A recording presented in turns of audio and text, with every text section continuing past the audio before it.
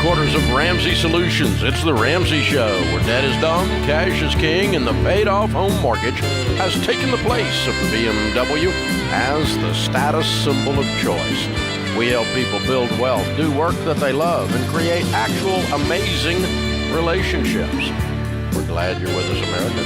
George Campbell, Ramsey Personality, is my co-host today as we answer your questions about your life and your money. Open phones here at 888-825-5225, 888-825-5225. George, I haven't seen such an uproar, and I don't know when. Dave, I made the mistake of asking on Instagram, what are y'all's thoughts on this whole student loan thing? And apparently we're not the only ones with opinions. You think? I've never seen people so angry. Yeah, it's a deal. It's a real deal. So if you haven't heard, President Biden announced yesterday that he is forgiving $10,000 of student loan debt for anyone making under $125,000. If you were getting a Pell Grant at the time, $20,000. No idea how he's going to fund it. No idea how it's going to be implemented. I mean, the government officials are running around like ants on a hot tin shovel. I mean, it's just like, because they don't know how the crap they're going to do this. Because it's kind of like, you remember when they announced the PPP thing? Oh, yeah. And we didn't have the staff to execute the stuff, and people started spending the money before they could actually get it, and then they never got it. So here's the thing. We still don't know. I don't know. Maybe it's out there and I've missed it. But I said yesterday on the show, I think he has to get congressional approval on this. I don't think you can do a $300 billion transaction without congressional approval. I don't think you can do that with an executive order. I might be wrong. I'm not a legal scholar, but pretty sure I'm right, which means he's got to run this through Congress. And here's what's interesting. You won't know if this is real by the time you vote in the midterms. Brilliant political play. Just leave the carrot dangling. Well, it may not go through. Good chance it doesn't go through exactly as it is. I mean, you try to get something through Congress, come on, even if they're on your side, right? And if it doesn't go through by midterms and Congress flips over and it's no longer democratically run, it will never go through. And so Biden just got all you people stirred up, if that's the case, for nothing, if that's how it goes down. Now, won't that be a politically genius move? Well, won't that really just is. rile up both bases even more? Yeah. Create more political divisiveness? I told you guys 3 months ago, that when they moved it to August 31st on the extension of the no student loan interest, I told you midterms are coming. This president will announce something in the last week of August about student loan forgiveness, and it probably will have no teeth. Now, I was wrong about the second part because this has got teeth. He stated exactly what he's going to do, and it is substantial. I thought it was going to be some wispy thing like he said the other day, we forgave $9 billion worth, and it wasn't, didn't do anything. It was a school that went broke, and they have to forgive it. It had nothing to do with one of his programs. It was regulations that were already in place, but he's strutting around taking political credit for it. So very interesting, though. So he did, he's the worst economic presidency since Jimmy Carter. I mean, the guy, everything he touched turns to poop when it comes to the economy. I mean, we got inflation, we got high gas pumps, we got a recession, we got stock market going down, we got interest rates going up, we got a housing market slowing. I don't know when the economy smelled this bad. It's been a long time, and I'm old. Well, the timing is, as the young kids say, sus, which means suspicious, Dave. I'm teaching you something here. Sus. Yeah, that's what they say. Yeah, it is sus for sure. So why wait a year and a half? Well, that's not really sus. It's brilliant political move. Yes. So what you do, you back up for your midterms where the Democrats are going to take a bloodbath, and you throw a Hail Mary. And you go, I'm going to help you. I'm going to give you more money. Only you're not going to really know if I am by the time you have to vote. No, it's just. Do you think this the positioning is if you're a political manipulator, the positioning is just brilliant. It's just brilliant. It has nothing to do with it being good or righteous or principled. No, I'm just saying if I was running for president, I would do the exact same thing. I mean, that's just if I had no principles. I mean, that's exactly what I would do. Because it's just the way he set it up, now he does apparently have the executive order ability to extend through the end of the year, no interest, so that's good. We can kick the can down the road. Those of you that if you do get the $10,000 forgiveness, we are unabashedly happy for you. No sarcasm whatsoever. We want to celebrate anyone who's getting rid of debt. Anybody who gets help from anything that is burdening them, we love it. We're happy for you. It's all good. If someone is broke and out of work and can't feed their kids and they get welfare checks, we're not mad at them. We want to help you do better than that over time, because that's not a recipe for good life. But for the short term, we're not going to shame you for taking help from the government that is legally offered. Ever. Yeah. Never have. Now, we'll tell you if we think it's stupid, and we'll tell you if it's not sustainable, and if it's a bad long-term plan for your life, which usually government help falls in all of those things. But so we're happy for you. But we're also angry simultaneously with all of you who paid off your loans and did the right thing and were moral and said, I signed this, I have an obligation, I'm going to honor my obligation, I'm a person of integrity, and now I got screwed, or I feel like I got screwed, and the reason you feel like you got screwed is because you got screwed. That's why you feel that simple. way. So people have a right to be angry. People have a right to be happy. It's a mixed bag here, but most people are angry because they know how this works. Well, that's in our feed. Yes. I mean, our feed is going to be people like that. It's not, if you went over in some left-wing thing, some left-wing whatever, wingnut thing, you'd have their feed is all that he's St. Biden or whatever. Because that's just, we got a bit of an echo chamber going here. Sure. So but there is precedent that I'm worried about where people go, okay, well, why pay off any more student loan debt? What if there's more forgiveness? And here's the thing. I've been saying this since the beginning, and it's in the documentary Borrowed Futures. I've said it years and years and years ago. I've been saying it over and over. You really can't forgive student loans while you're still making them if the reason you're forgiving them is they're horrible and damaging to people, and yet you continue to make them. That's intellectually dishonest. So if anybody else with common sense, other than a politician, would go, wait, this is hurting people. First, let's stop it, and then let's try to help the people that were hurt. Let's stop the bleeding. And then, I could get involved in that conversation. Yeah. But that has nothing to do with politics. That's just like the right thing to do in common sense and stuff. If this wasn't politics, that would still be the solution, is not to put a Band-Aid on it. So, what are you going to do with Bubba who takes out $10,000 in January? We're going to be right back where we started. Even if we forgave every student loan across America, would he be back right to where we started today? Yeah. 4 years from now. Because they're still making them. So, I mean, when you're 18, you can't buy beer, but you can go $100,000 in debt. There's just something stupid about that, y'all. But it's our American right, Dave. I mean, I don't even know how to respond to that. That's so stupid. I just wanted to throw that out there for you. It's our American right to be stupid. That's right. Well, you do have the right to be stupid. That is the beauty of freedom, is that you got the right to be dumb. To the tune of $300 billion. My pastor used to say, the beauty of America is you have the right to be wrong. And so, but I agree with that. It's just an interesting discussion. It's interesting when you view it through a political lens, which we're not politics people, but this one's kind of sus. Whoa, I picked up on it quick. Thank you. Gen Z, Dave, you just got a lot of new listeners. YouTube listeners just are all running around in circles, cheering and throwing up confetti right now. I'm just happy I taught Dave something new. It's hard to teach an old dog new tricks. Be careful. Sorry. You just called me a dog. A young dog, new tricks. Wait, anyway, you still call me a dog. Dang it, I can't win with you people.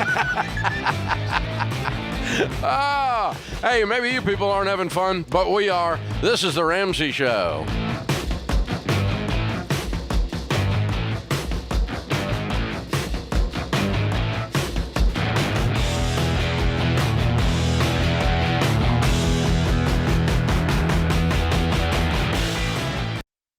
Look, I love real estate, and I want you to have a house, but I don't want a house to have you. That's why you need to get in touch with Churchill Mortgage to make sure you do this right. These guys are awesome. They'll help you get on a smarter mortgage plan because they're committed to doing what's right for you. That means they check in every year with free consultations to help you stay on the right plan. They show you how to save money and interest so you can build wealth faster. They walk you through the total cost of your loan so you can make the best choice. Basically, they care. That's why we call them Ramsey Trusted. You can achieve debt-free home ownership, and Churchill is here to help. Go to their site, churchillmortgage.com/Ramsey, to start your approval or get more information.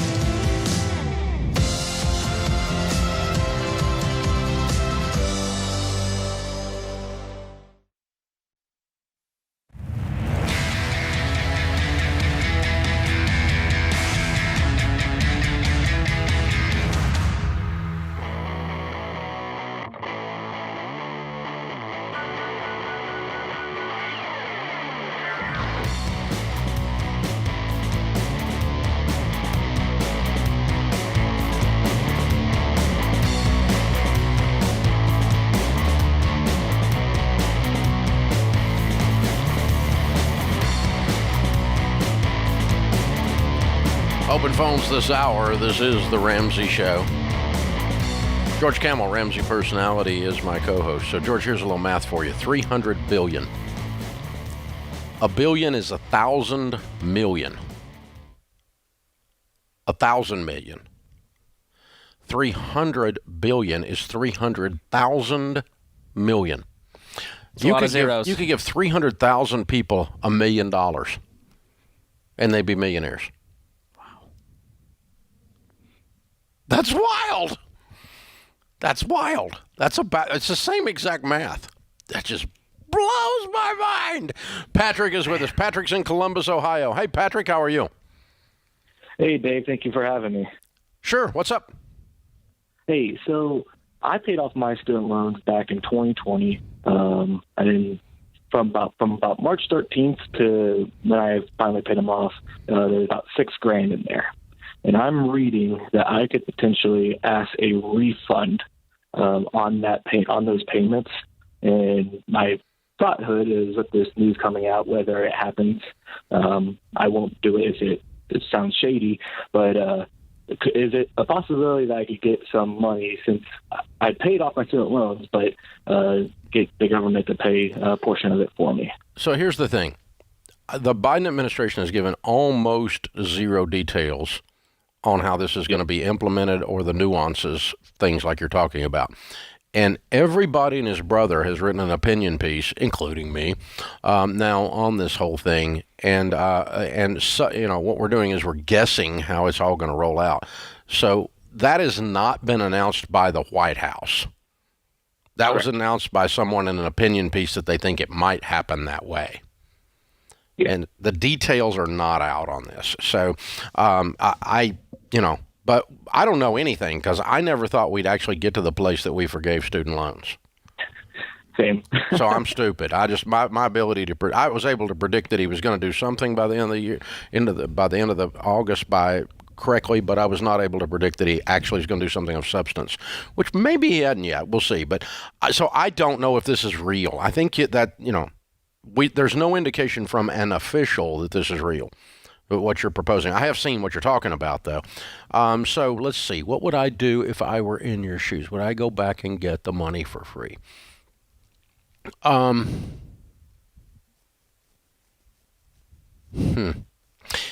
answer it this way. I try to answer questions, what would I do? And that's to be fair. In other words, not to be hypocritical. So here's the thing.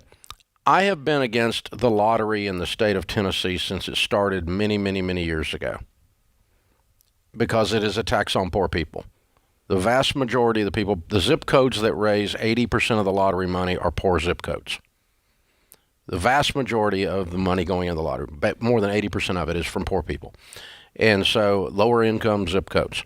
Now, what's the lottery used for in the state of Tennessee? It's used to give each kid $3,000 to $4,000 towards their tuition to go to college. So it's poor people sending middle class and upper class people's kids to college. And so I'm morally against that. And I campaigned against it when the state passed it. My side lost. We've had it for a long time. But when my kids went to college, there was free lottery money available for my kids to go to college. I could have, as a multi-millionaire, accepted, at the time it was $3,000, I think it's more than that now, $3,000 or $4,000 per kid per year towards their tuition. It was available to me. It was legal. It was the program. But I had campaigned against it on the auspices that it was morally wrong because I don't believe poor people sending rich people's kids to college is right and taking advantage of, and it's a tax on the poor. It's what the lottery is. And so I don't believe it's right. So I don't do it. Now, when my kids got ready to college, I did not take that money because to me, that would be a lack of integrity after I had campaigned against it. So if I were in the situation today, as hardcore as I've been against student loan forgiveness, for me, my family to actually accept student loan forgiveness would be super hypocritical. Agreed? Agreed. So I'll leave that on you, and it's not saying you're right or wrong either way. But if you have had strong conversations with your friends over coffee, and you say this is wrong, this is wrong, this is wrong, I don't think it's morally right, then you should not accept it. If you're ambivalent, you're kind of in the middle. I think you're okay morally to accept it. Yeah, What do you think? There's nothing unethical here. If I'm in issues, I'm going, hey, I could The only thing use is that money. the only thing that would be unethical is if you took a stand against it and then took it. Sure. But to say, hey, I'm going to get this refund, I'm going to apply it to my baby steps, it's going to help me in a financial journey, and this is illegal, there's no loopholes here, I think he should go ahead and do it. And this is coming from studentaid.gov, education department. This is where this news is coming from. So it's a legitimate source, but nothing's actually happened yet. So it's still a little bit of, we don't really know what could happen. Here's the thing. They did not write this. They did not write this proposal from Biden. Biden sent it to them. They're saying an announcement related to the extension. They have not had time yet. They're guessing what it might look like, too. And so, no, it's not coming out of the White House. It's coming out of the deep bowels of a bureaucracy, and we'll see if any of that actually makes it to the light of day. If you're ambivalent, kind of in the middle, agnostic to the whole thing, you don't have a stand on it, take the money. If you're all for student loan forgiveness, I would take the money. You should be able to do that without conscience. But if you've been raising a banner like I have for many years that this is wrong, then, or at least it's wrong while you're still making the loans, and then after that we can discuss everything. It's just infuriating. But then you have to do this. So I didn't take the lottery money. I didn't take the PPP money. Our company could have gotten a big check during PPP, and I'm telling people this is a bad idea. Stay away from this. It's going to turn into a loan. You're stepping up on a trap door. These guys are going to choke you later. You need to stay out of it. And that PPP thing very quietly has ruined some lives. And I'm so glad we didn't take it. But for me to stay out, be on the radio going, it's horrible, and then y'all send me my check, I'll take one. Yeah. So if it's not against your values, go for it. There's nothing unethical about it. Yeah. So that's the thing. So here's another example. The Titans Stadium came into Nashville many years ago. And like almost every stadium or sports complex that comes in, they ask the city for free taxes, no taxes for years or forever. They ask the city to borrow money and put into the project. Some cases they ask the city to build the project or half of it or whatever. And that's government money, citizens' money going into a private enterprise, and it's not like NFL owners need money. Hello, okay? But I actually was okay with them doing that, which sounds weird to a guy like me. And the reason is because of what that creates in the overall economy. It's not necessarily the Titans themselves or the sports team itself that's the big deal. It's all the things that it does for the economy. All the other jobs and all the other things that happen in the economic growth that is around it, it's a good deal for the city. The city makes more in increased tax revenue off of the other things than they gave up in the revenue on the deal. So I said, do it. Okay. And so when we did this piece of ground and we built this building, we were given some tax breaks because we're a huge employer in the state of Tennessee. I accepted those. And so, that is not incongruent. That is not incongruent. So people that say, Dave, that's not fair. You take tax credits. What's the difference here? Yeah. What do you say to those people? Well, the difference is, number one, I didn't borrow something and then ask for it to be forgiven after I promised to repay it. There's no value issue on the line, number one. But number two, what I'm saying is I've been consistent on what I've done in private and the stands I've taken public. And that's all we would ask any of you to do. Is whatever you believe, just be that all the time and quit being freaking I don't know what the Gen Z version of two-faced is, but we used to call it two-faced. Quit being two-faced. You're different on Sunday than you are on Monday. Stop it. Why don't you just be like the same all the time? And so consequently, my Christian friends are as angry at me for being not Christian enough as my non-Christian friends are because I'm a Christian. And good God, you just can't win. You've never been in the business of making everyone happy, Dave. We know that. Yeah, really? That's one thing I do know about you. Sure. And we love it. Well, welcome to the parade. Horse gate, right? Welcome to the parade. This is the Ramsey Show.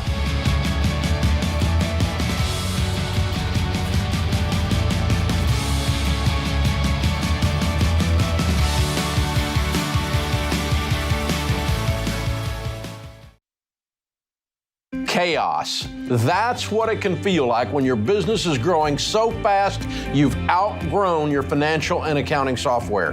The faster you grow, the more likely you are to lose control of the numbers. And here's the reality. If you don't know your numbers, you don't know your business. That's why we use NetSuite by Oracle, the #1 cloud financial system. Over 28,000 companies use NetSuite by Oracle, including Ramsey Solutions, because NetSuite gives us a single view of everything we need to make daily decisions. Whether you're making a few million to hundreds of millions a year, NetSuite gives you the visibility and control of the things you need to grow, like your financials, inventory, HR, planning, budgeting, and more, all in one dashboard. Go to netsuite.com/Ramsey right now to get their free white paper. Jumpstart your CFO career.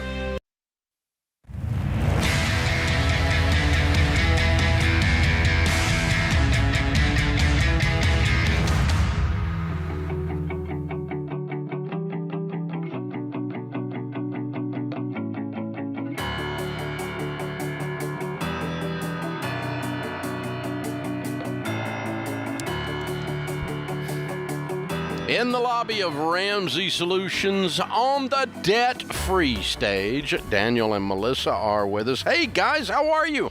Good. How are you? Better than we deserve. Welcome. Where do you live?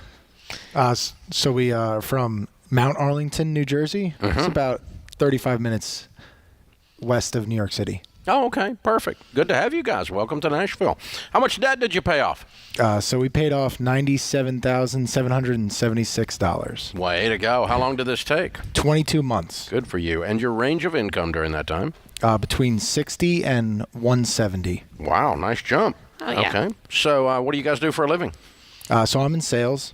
I'm a teacher. Okay. Was somebody not working and then somebody started working, or what happened to that income? No, we got married. Oh! yeah. Okay. So who was the 60? That was me. That was you. Okay. And then your income went up and you got married, both. Correct. Okay, cool. So y'all been married about 2 years. Yeah, just a little bit Just a underneath. year. Yeah. Good. Yeah. Very cool. And 22 months later, boom, it's done. What kind of debt was the $98,000? So it was pretty much all my debt. It was 68 private student loans, 25 federal student loans, and then $4K in car. Okay. It's all gone. All gone. Wow. How old are you two? So I'm 29. I'm 30. Okay. Yep. So, Melissa, let me get this straight. Yes. You like this guy so much that you're going to marry into $100,000 worth of stupid. Oh, yeah. I married love into it. that. I married into the Ramsey Show, so we're good. Yeah, we listened. This all goes together. It all goes together to me. Oh, my gosh. You can't escape this. I had her Exactly. listening to the podcast on our way to our honeymoon. Yeah. Oh my goodness. Wedding. Now, that you're just a real romantic. Yeah, it was nice. You're that guy, I can tell. Oh, my gosh. You got the Ramsey Show on your honeymoon. There's something wrong, man. Good gosh. It's Wow. part of our premarital counseling. There you go. So, Melissa, were you on board day one with the Ramsey stuff? You're like, all right. I mean, you clearly have been doing well financially to not come in Yeah. with any debt. Yeah, so my dad's really into finances. So I was lucky enough to graduate college without any debt. Moved home. I got a condo. I kind of just followed his Neil Gutkin program. Yeah. So then when he was talking about learning about a budget and moving into that, I was all for it. So Good, yeah. I'm usually one who's kind of strict on a budget anyway. So it was nice to it's kind like, of be on the same hey, page. this guy's got common sense. Maybe he is attractive. There you go. Who knew? There you go. Yeah. Went up in my book. So I like I it. was there. Yeah. I like it. Good for you. Good choice. Yeah, well done. See, marrying into debt is not a problem. Marrying into debt that I'm not going to do anything about it, that's a problem. So Yes. you didn't have that issue. So well done, y'all. Very cool. Absolutely. So first order of business in the marriages, we got to clean up this mess. We're done. Boom, boom, boom, boom, boom. What's the secret to paying off $98,000 in 22 months? So, I mean, it started when I wanted to get married. I didn't want to bring the debt into the marriage. And it was about taking accountability. So I said, I signed up for this debt. I need to get rid of this debt. This is my debt. There were years where I didn't even look at my student loan bill. I thought I'd be paying it off forever. I actually did the math over the past 7 years of paying it. I paid $148,000, including all of the interest. Good God. So I was doing a lot of Dave-ish. And then I met her, and that's when it kind of all changed for me. I said, I got to be the man that she needs me to be. Let's start getting this debt cleaned up, and let's move forward. So we cash flowed engagement ring, our wedding, And then we had our first child shortly after we got married. She's 3 months old. She's 3 months old. Awesome. Yeah, so that's Reagan. Very cool. Yeah, Very Ramsey cool. was a runner-up for the second name. We don't want to creep you guys out, so. Middle name Show. That would be Yeah, there you extra go. weird. Wow, you guys are incredible. Yeah. So what do you tell a couple who maybe isn't on the same page, who didn't come from this background, and they're trying to figure this out, they want to pay off the debt, but they can't quite get on the plan? We just say it's worth it. Because she was our surprise little baby after our honeymoon and all that kind of stuff. But to kind of go into that new adventure in life, it's already a lot of stress built up to go in that without having any debt behind us. I feel like it's taken the stress off and allowed us to still live our lives, enjoy that new chapter, even with all the new parent stress. And I grew up in a household full of debt, and I knew the stress that put on me, and I didn't want to bring her into that stress either. And a lot of getting rid of my student loan debt too was me showing my mother that she raised me the right way, even though we made a mistake by getting the student loans in the first place.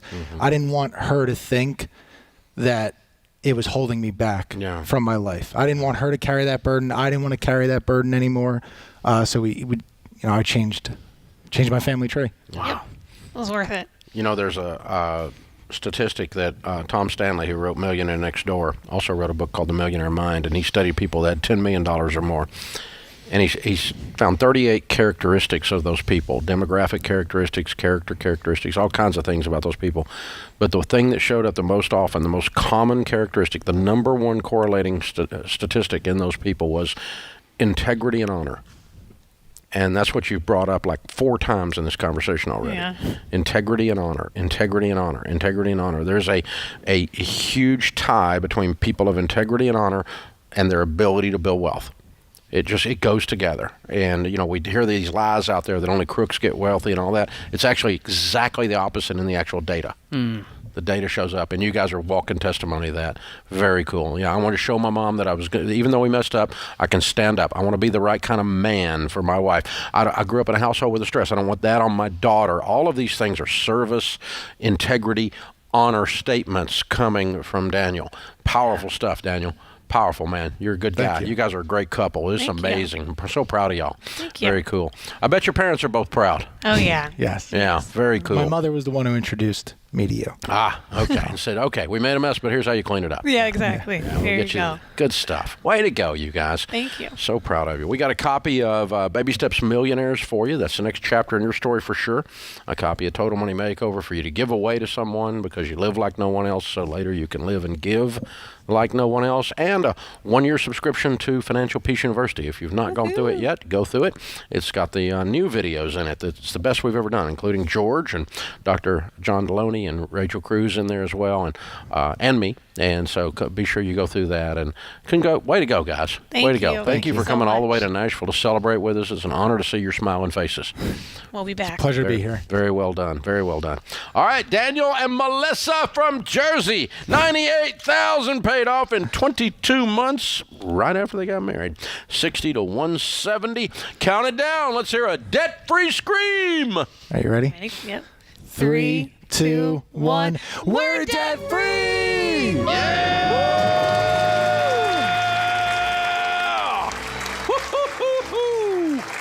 Man, oh man, oh man. That's how it's done. A lot of transformation right there. Way beyond just becoming debt-free. I owe this money. I need to pay this money. This is an obligation I took on. And when a young guy like that says those kinds of phrases, it's an indication that his future is really bright. Because, the thing that is rare is not people with an opinion. The thing that is rare is people with character, with deep kinds of honor and integrity and a sense of service for their family. And that's selflessness rather than selfishness. Those kinds of people don't take many selfies. Definitely not. That's not how they work. He probably takes a good one. It's not all about me. It's not about me. It's not about me. I'm not trying to highlight me, and those are the kinds of people that all the data that we have indicates that that's a long play.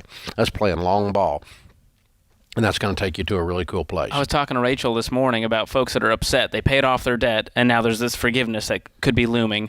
And they were messaging me saying, it changed my character to pay off that debt. It showed me that I can take control of my life. I can take charge, that life doesn't have to happen to me. And I know it sounds trite, but that's priceless. Way beyond $10,000 of forgiveness. What that does to the trajectory of your life and the success that you'll experience, man, that's powerful stuff. So if that's you out there, we see you, and I'm proud of you for the sacrifice you've made, for the person that you've became, the person you're becoming following this journey. Wow. That may be the first time on the Ramsey Show someone feels seen. I hope you feel seen. This is for Gen Z, Dave. That's what it's all about. You and your language. This is the Ramsey Show.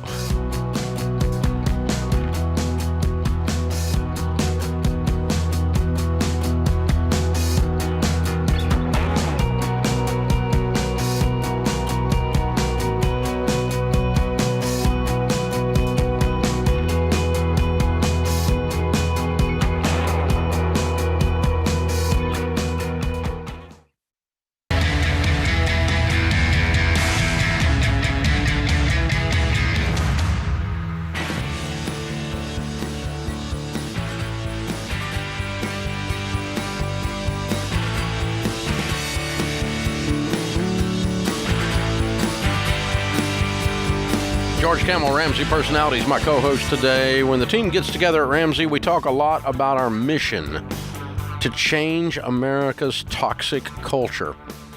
It makes us mad to see people get messed over in this culture by stuff like debt, or watch kids sign away their future with a student loan, or watch folks, take jobs that they hate, that kind of stuff. We don't want that to happen. So the people that work here, we're on a crusade. It's not a job. It's a mission. Now, if that sounds cheesy to you, then you don't want to work here. If that sounds like a passion you share, you need to check out all the roles at Ramsey Solutions that we're looking to fill. We'll probably hire about 300 people this year. There's never been a better time to find a job doing work you love. We need developers, UX designers, content writers. We need people to help us build digital products that actually change people's lives. So when you're writing code here, it actually matters.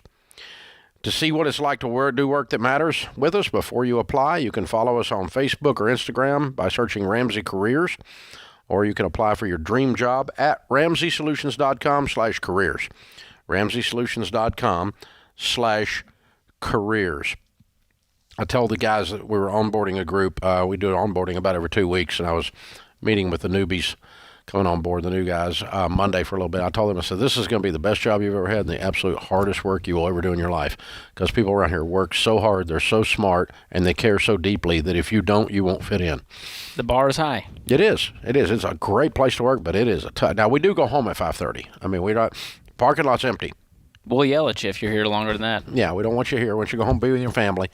But we don't work 80 hours a week. But when we're at work, we work. We got stuff to do. I haven't stopped all morning. I get it. And I set the pace, and everybody's got to keep up with that then. So, I have for 30 years. So we play hard, too. Work hard, play hard is one of our values. We eat a lot. Dave, during lunch... The money I spend on food around here is insane. Just amazing. You people eat biscuits like... It's amazing. All right, Dayton is with us. Dayton's in Wichita, Kansas. Hi, Dayton. How are you? Hi, Dave. How's it going? Better than I deserve. How can we help?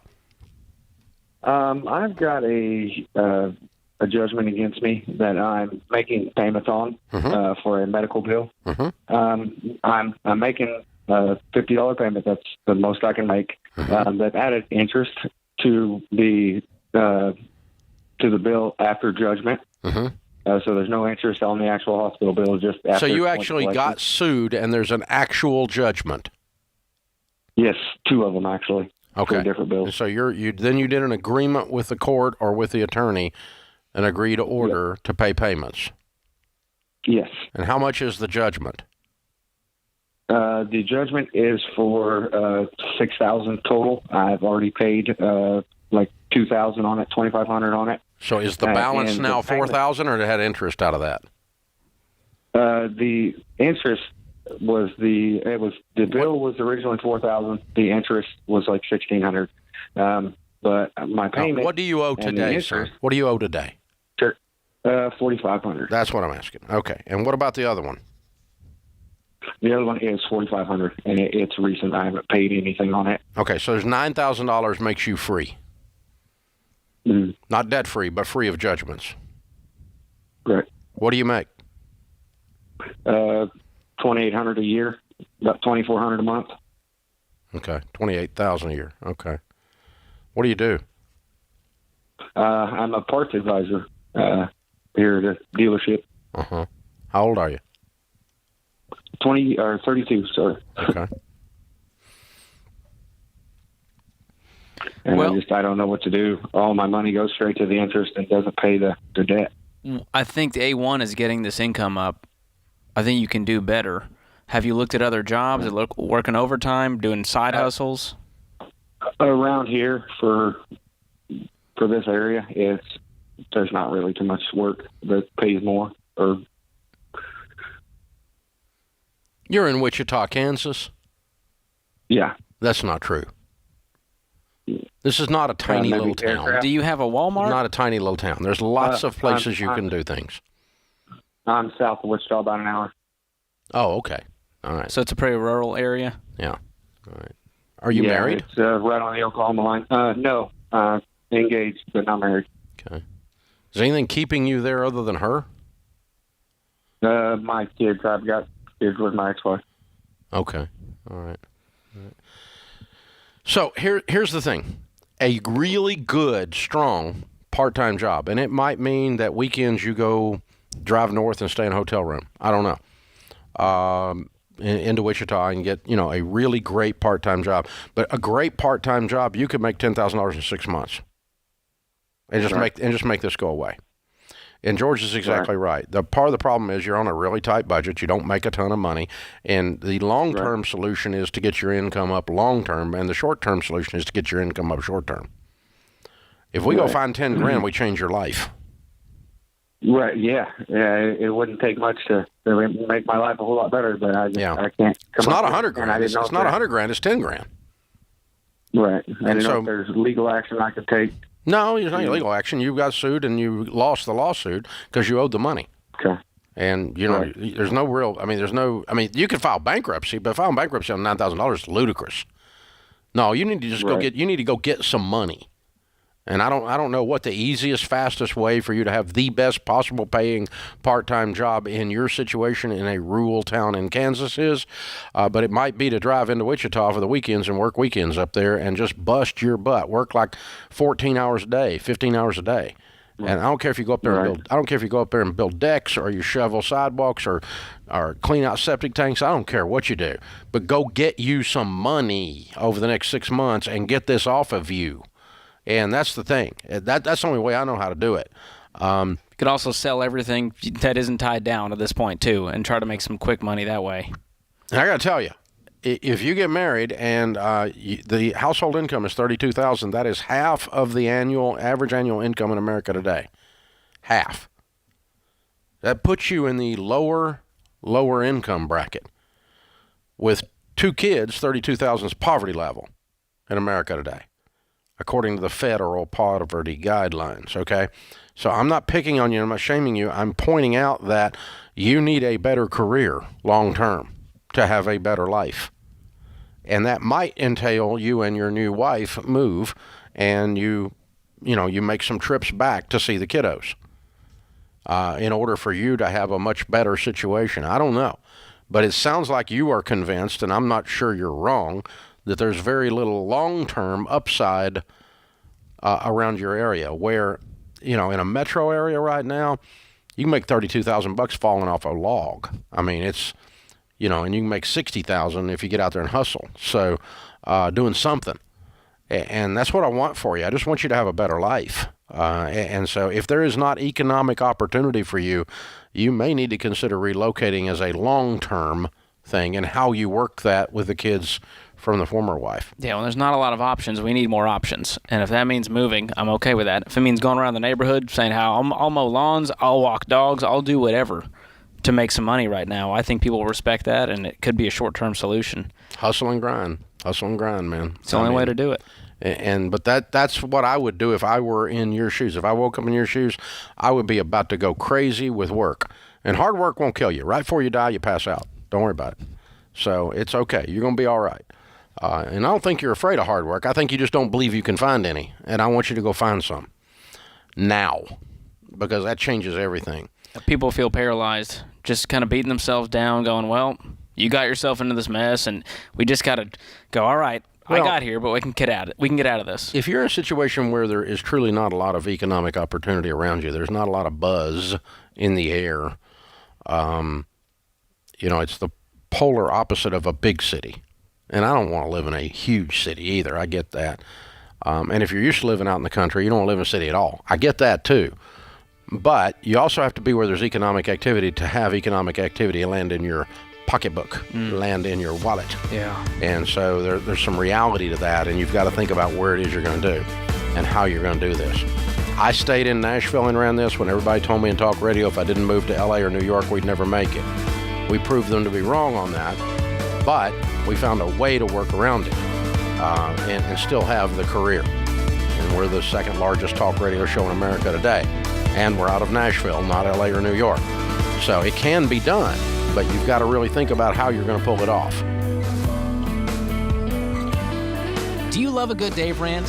Want to see the latest Ramsey Show videos going viral? Check out your favorite moments from The Ramsey Show on YouTube. Go watch and subscribe to The Ramsey Show channel on YouTube.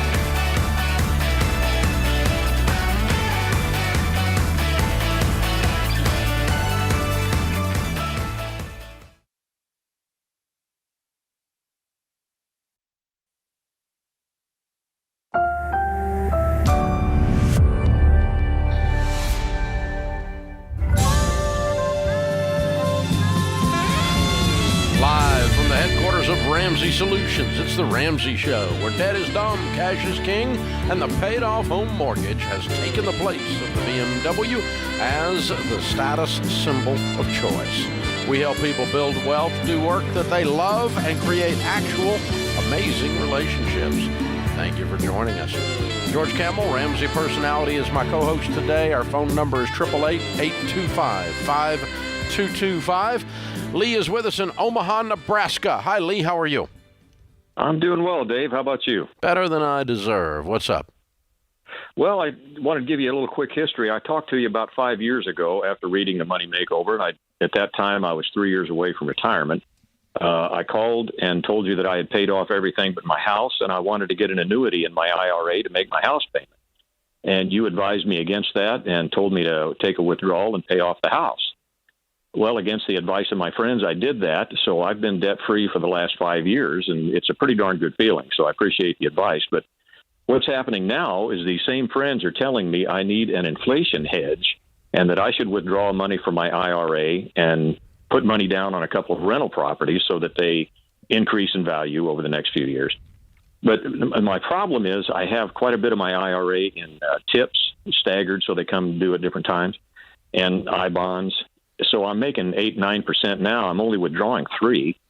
So my wife tells me, why in the world would you want to be a landlord and have leaky toilets and calls in the middle of the night and all that? So my question to you, Dave, is do I listen to my friends or do I listen to my wife?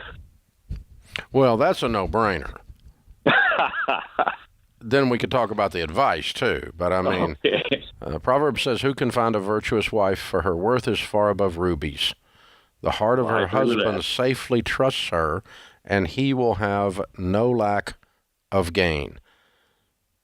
If your wife isn't a nag and she is a wise, virtuous woman, her worth, her wisdom will cause you to have no lack of gain, as opposed to stupid friends.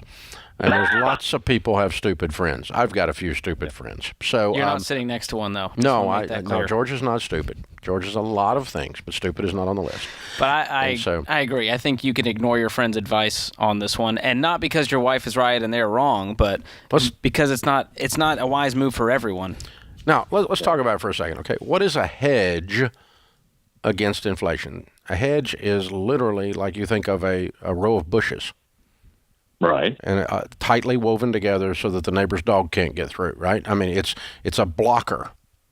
Mm-hmm. A hedge is a blocker, a wall to keep inflation from getting in. All inflation hedges are investments that invest in things that inflate with inflations. So real estate is a hedge against inflation. Investing in companies whose stock goes up and price goes up if the inflation rate goes up would be a hedge against inflation. Energy company as an example. What happens? What's a component of inflation? Gas price at the pump, right? Right. And so if you buy an energy company, you have a hedge against inflation because they are inflation. And so you own a piece of inflation, thus it's a hedge. Real estate is inflation. The rising of real estate prices is a component of inflation. So that's a hedge against inflation. Tips aren't. Savings accounts aren't. So if you wanted to have a hedge against inflation, yes, real estate would be a play and a good one. Yes, moving some of your money into some mutual funds that are investing in stocks of companies that are gaining due to inflation. So you are riding the wave of inflation rather than being crushed by it. That is the definition of a hedge. That's the essence of it. And so, but aren't tips tied to inflation? So well, they could be. Depends on what's in it. Well, I mean, I own tips within my IRA, but they were purchased as bonds, so it's not a tips fund. It's an individual bonds are bond. not. Bonds are not, because bonds are just a debt instrument. They've got a fixed interest rate attached to them. And that is not a component. Maybe I'm using the wrong term. It's a Treasury inflated protected security. Right. Is what it's called, a tip. So maybe it's a note. Maybe bond is the wrong word. Well, it is a note, but it has a fixed coupon rate. That's why it's not a component of inflation. See, if you think of, lumber went up 3x during COVID, right? Went from $600 per 100 board, 600 per board foot or whatever, up to about $1,500. And so that is a component of inflation. And so if you owned a stock in a lumber company, if you were participating in 84 Lumber, I don't even know if it's publicly traded, but if it was and you owned in that, then you would be having a hedge against inflation. If you own a note that 84 Lumber Company has promised to pay 8% on, it doesn't change with inflation. But the price of lumber changes and that company makes more money. Mm-hmm. So you got to be participating as an owner, not a lender. I see. And that's what moves. So if you were concerned about that, I would move some of my portfolio, and I probably would anyway, into some good mutual funds. Now, if you want to buy some real estate and you want to pay cash for it and buy real estate that doesn't require a lot of leaky toilets and midnight calls, I mean, you could buy a little small piece of commercial, a little office building, a little apartment or something, have somebody else manage it. That'd be okay. What's the size of your net worth? Well, total with house, IRA, everything, probably $800,000, $850,000. Way to go! Congratulations. How old are you? Thank you. Well, I'll be 68 shortly. After hearing you talk, I'm probably going to sit exactly where you are. I'm with your wife. Okay, she's going to be glad to hear that. Yeah, because you like predictability and precision. Well, I do. I don't like a lot of risk in my investments, and with the passive income I have and the money I have in the IRA, I'm doing okay. Yeah. So I just don't know that it's worth the risk. Not knowing what's going to be in the mailbox when you open it is not your play. Right. And it is for some people. It's not for me. Well, I mean, I own rental property, and I don't know if they're going to pay every month. Sure.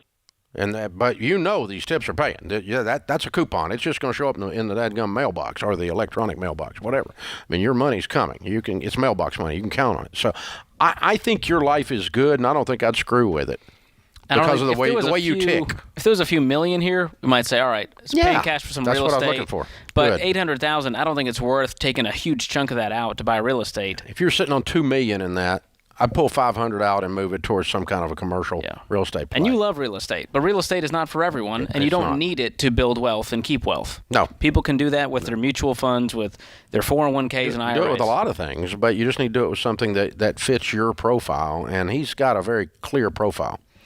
And part of his profile is his friends are not trustworthy. Time to find new friends. At 68, I don't know. You've had these friends for so long. Yeah. Just keep going. It's just we're all sitting on the front porch whittling with an opinion about economics. But yeah,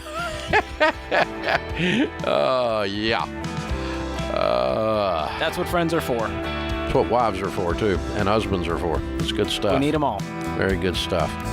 One of the keys to my wealth building has been slowing down enough to make sure my wife speaks into it. Sharon is the best investment Dave ever made. You heard it here first. You did. It is absolutely 40 years now. This is The Ramsey Show.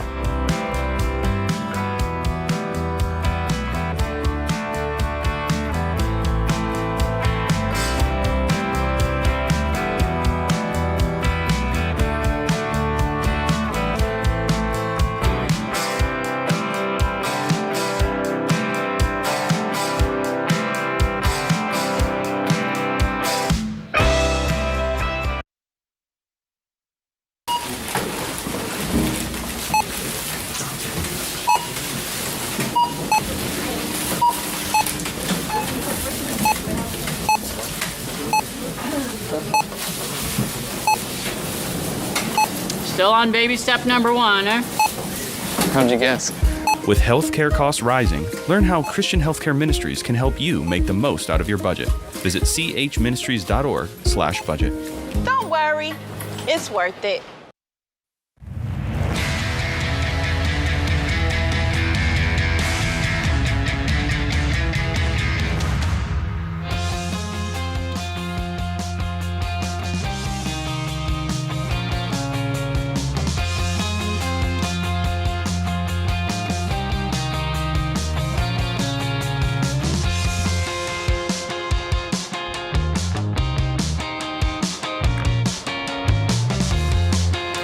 George Camel, Ramsey Personality, is my co-host today. Open phones at 888-825-5225. You jump in. We'll talk about your life and your money.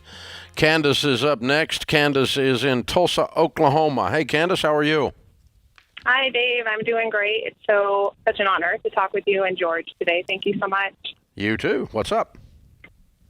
So we recently were surprised with a call after my husband's uncle passed away earlier this year. He had apparently put my husband down as a beneficiary on a 401k he had at a job several years ago. It wasn't a job he had when he passed.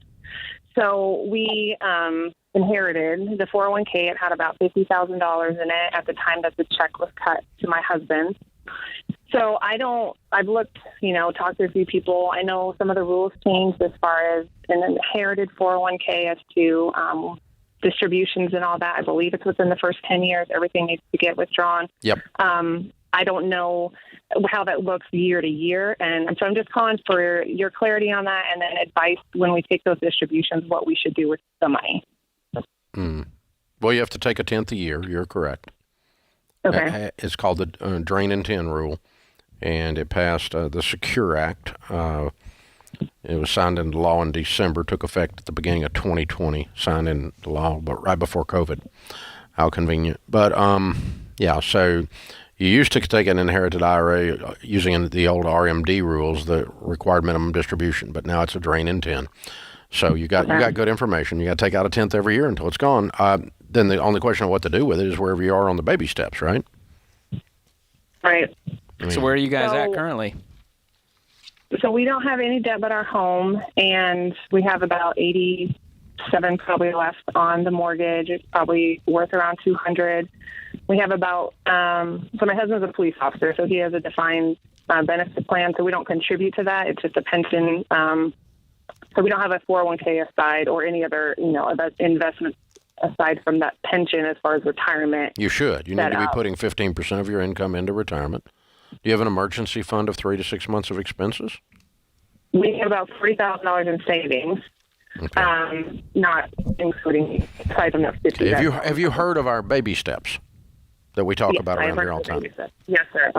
So I think we need to get the emergency fund up. You have no debt except the house. So the next step would be fully funding that emergency fund at 3 to 6 months, which is probably somewhere 10 to 15,000 for you guys at least. All right. So we have 40 already. I have $40,000. But you said you had 3,000. You have an extra 3 in a different account? No, I'm sorry. We have $40,000 in a savings account. What was the 3,000 you mentioned? I'm sorry, I didn't mean to say 3,000 if I said that. Oh, okay. I did hear that, didn't I? I heard it too. Okay. So yeah, then we would be investing 15%, and you could use part of this money to fully fund a Roth IRA if you're under the income limits. What's your household income? About $92,000 a year. Yeah, do a couple of Roth IRAs or your first thing. You ought to be doing that out of your budget anyway. Just be sitting down doing a budget and putting 15% of your income into retirement. That's baby step 4. Do you have children? We have 4 children, and we haven't started anything with the college. And baby step 5 is kids' college. And with anything above the 15% going into retirement and above what you do to kids' college, you throw that at the house. So it sounds to me like a fourth or a tenth of 50,000 is going to be 5,000. That's going to help you get baby steps 4 and 5 going. Okay. That's what it sounds like. I appreciate it. Yeah, you see how we're doing that? So you need to sit down with a SmartVestor Pro and start working on this and figuring out what you're going to move, where you're going to move it, what it's going to be invested in, and get something started for the kids' college, even if it's $50 a piece a month. Get a little something going, so you start building the college muscle, and then you go ahead and make sure you're putting 15% of your income into retirement, and this $5,000 a year is just going to help you do those things. That's all. So, hey, good question. We appreciate you joining us. Open phones at 888-825-5225. Jacob is in North Dakota. Hi, Jacob. Welcome to the Ramsey Show. Hi, how are you guys? Better than we deserve. How can we help? Yeah, so my wife is currently in med school, and we are cash flowing it right now. I just have a question because my mom, I was very fortunate. I was put mostly through school through her 529, and she has some leftover money in it. And it's in my name, but she was wondering if she kind of wants to withdraw it, and she's wondering if she can use it to pay for my wife's med school, and then we pay her back. I don't know though if that's allowed or how that works. I would not do the deal because I'm not paying her back. You don't want to be in debt to your mother. Well, we could pay her back like immediately. No, we have the money set in, but I just don't know if it's legal, basically. Oh, wait a minute. She's going to give you $20,000 and you're going to give her $20,000? Yeah. How did this benefit you? It didn't. No, but it would. So she would basically be withdrawing the 529 without paying the penalties. Yeah, without paying any taxes. Huh. Yeah. So it's just a favor to her. Yeah. Well, that's sweet. Yeah.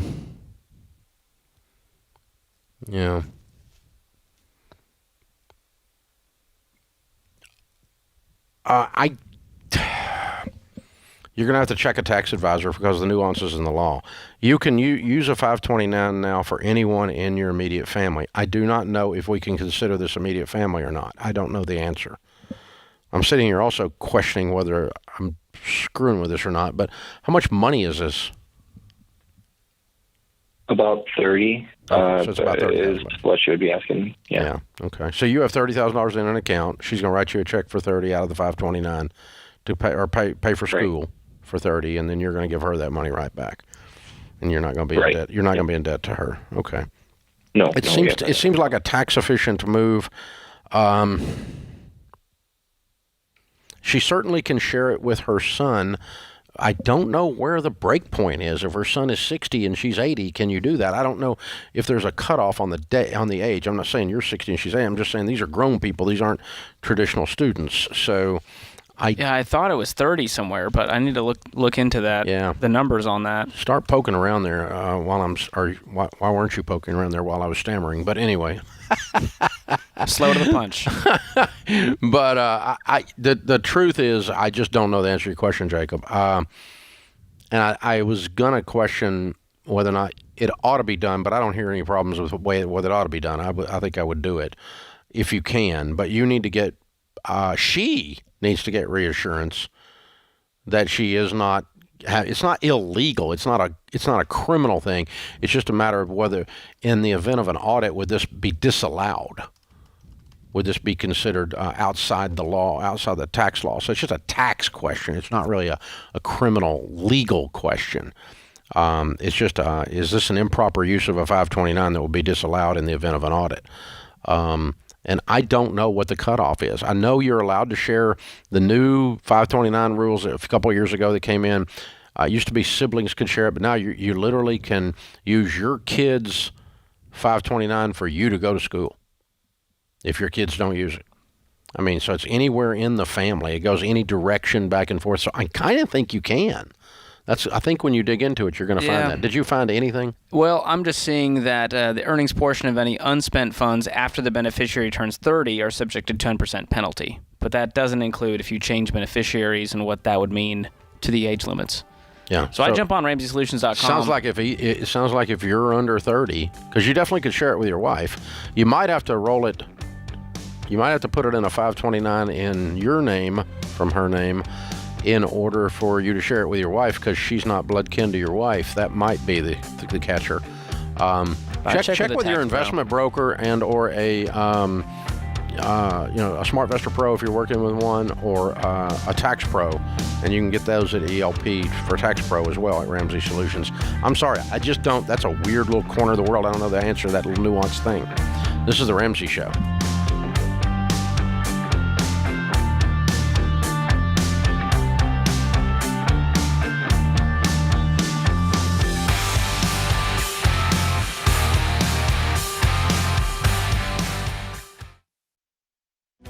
If you're looking for ways to update your home without blowing the budget, I've got it. For years, I've been telling you about our friends at Blinds.com. Blinds.com makes it simple to shop top quality blinds, shades, and interior shutters from home with easy online ordering and free shipping. With Blinds.com, there's no need to renovate your entire home. Just change out what's on your windows with upscale choices like faux wood blinds, cellular, and roller shades, or even outdoor shades. Plus, Blinds.com guarantees the perfect fit, whether you do it yourself or you have them measure and install everything for you. Shop their latest looks and see how much you can save at Blinds.com today. The easy and affordable way to make your home more beautiful is Blinds.com.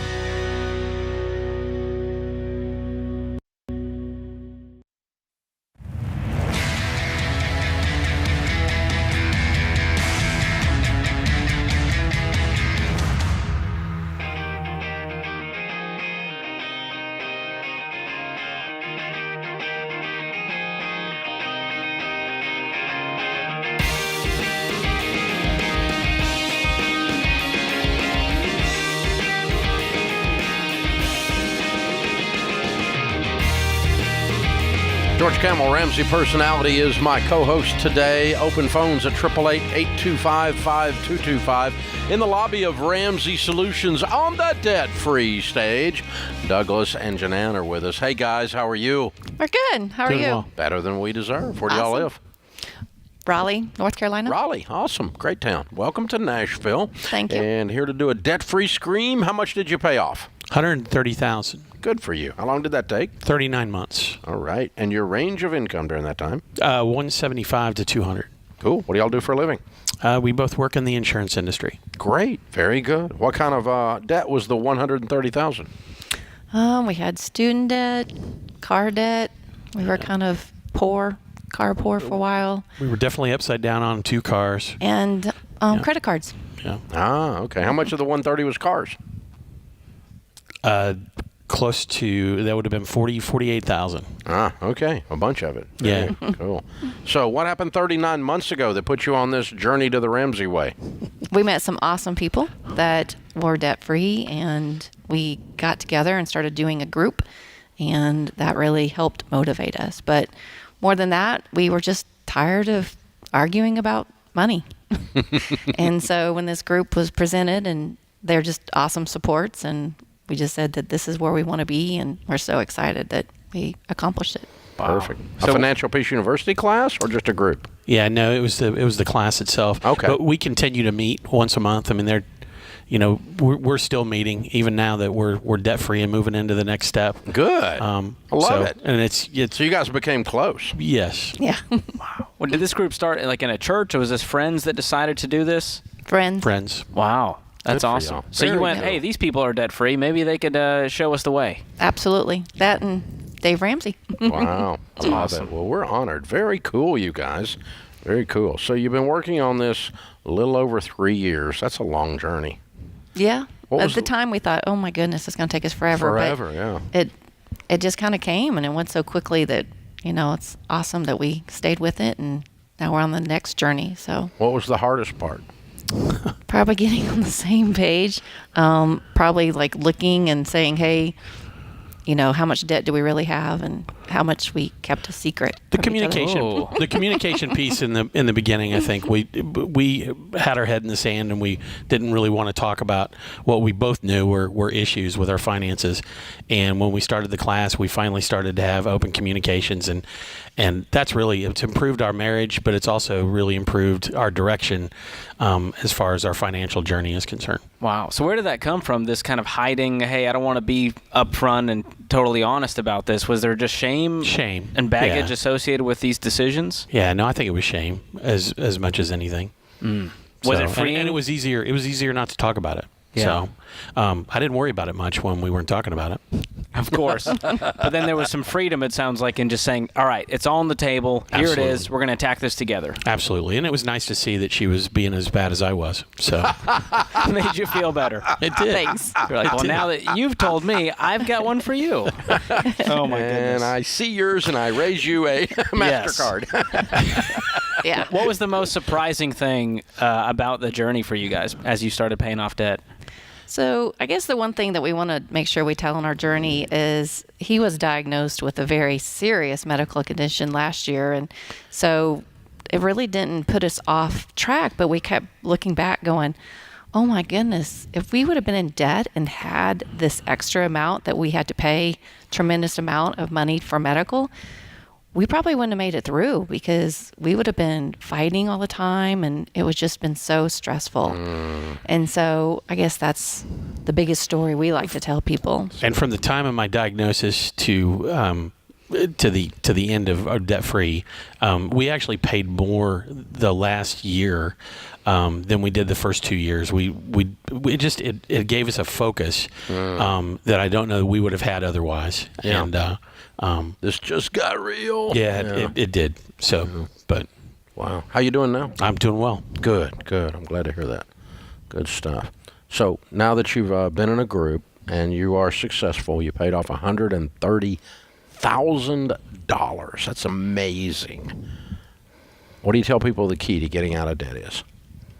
To stick with it and just, I say do small goals because I'm a goal-oriented person.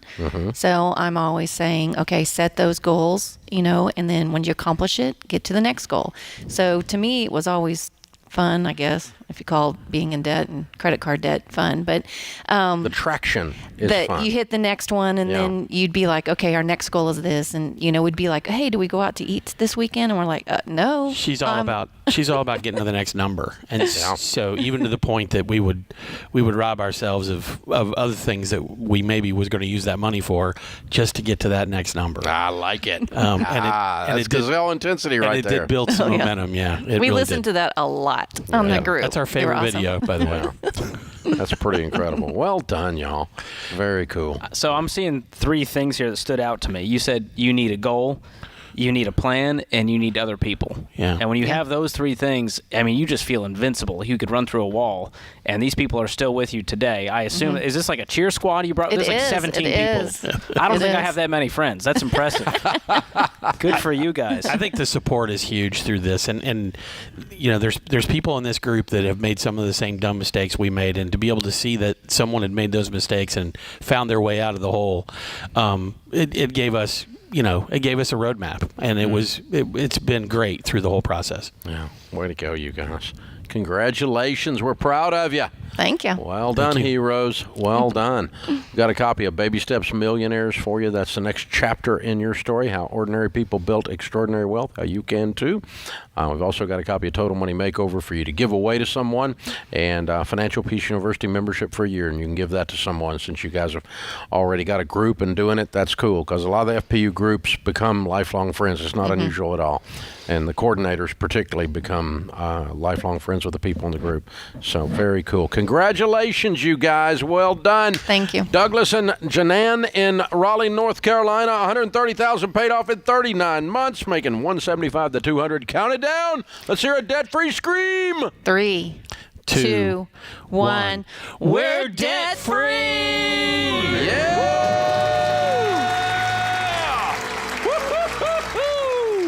They did it. Boom. It feels like life always happens on the debt-free journey. Yep. Very rarely is someone like, it was just smooth. There's always some big hiccup, but it almost feels apropos because you go, this is why we're doing this. Back in the day when we were starting Financial Peace University and I was still leading the classes, teaching them live before video and all that stuff, we would always just tell people when they join the class, one of the things you need to know, as soon as you join the class, your transmission's going to go out. I mean, because like the number of people that came through the class in the old days, and their transmission would just fall out of the car. It was unbelievable. It was like there's always something going to come at you to test you. like to see if you're really going to do this. It's like the devil is testing to see if you're really going to work God's plan. It's like, this is a test of the emergency money network. I mean, it's like they're just going to check you, see if you're real or not. Yeah. And man, they had a real test there, because medical's a lot get a more health than scare that's like a lot that. bigger than transmissions for sure. A lot bigger deal. Very cool. Very, very cool. Well done, you guys. Hey, George and Rachel Cruz and I, along with Dr. John Deloney and Ken Coleman, will be doing live events this fall, and they're just about all sold out. We've got a little bit of seats left in Phoenix on September the 12th. The 13th is already sold out. Sacramento sold out November the 1st. Minneapolis, November the 10th, and San Antonio, November the 15th. I think there's 20 seats left there or something. Wow. It's not many. If you want to come to these Building Wealth events, that's the dates. They're September and they're November, and we would love to have you. They're only $25 to come for the night, and a 4-pack starting as low as $60. Do like those folks in the Debt Free Scream. Get some friends. Come Get you some. come with a Borrow bunch some of if you friends. have to. And people are loving this. We'll be signing books, taking pictures, hanging out with you guys, as well as talking to you about building wealth. These events sell out very, very quickly. Just a handful of seats left at all of them. Please get your tickets immediately. Building Wealth at RamseySolutions.com/events.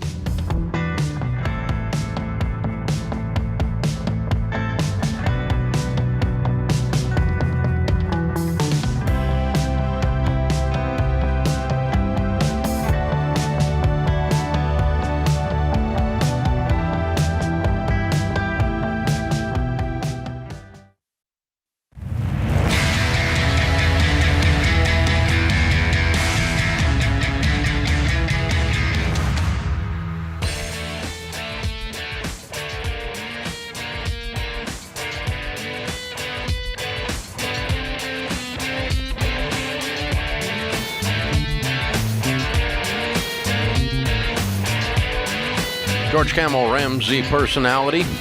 Open phones at 888-825-5225. He's my co-host today. Ryan is with us in Atlanta. Hi, Ryan. Welcome to the Ramsey Show. Hello, how are you? Better than I deserve. What's up?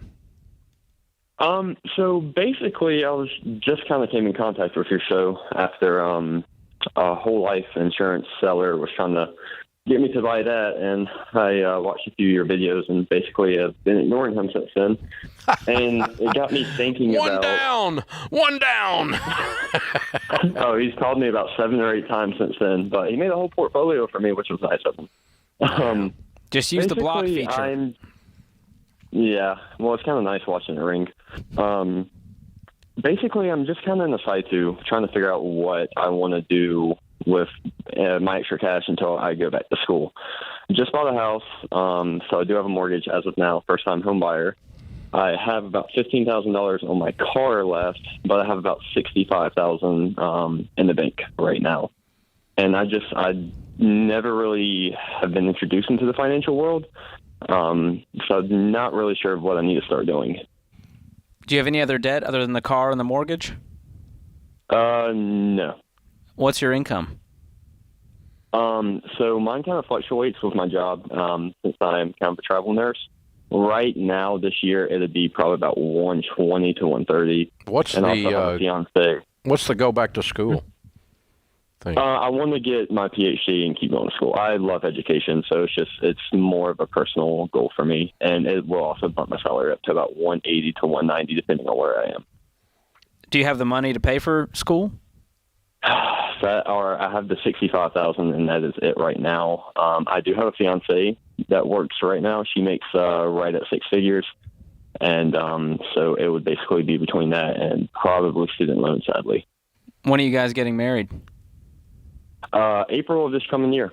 Most of the wedding stuff is already paid for and planned. I'll probably still have another $7,000-8,000 put down on the wedding that I'm just expecting. I'm sure some unexpected costs will come up. And when does school start? I still have to get accepted, but my tentative plan is hopefully fall of 2023. But I'm going to keep applying until I go back. Okay, so you'll be married. If you go back and start working on your PhD, is that an adult education thing where you keep working? I cannot keep working to it. It's a CRNA program, which is nurse anesthesia.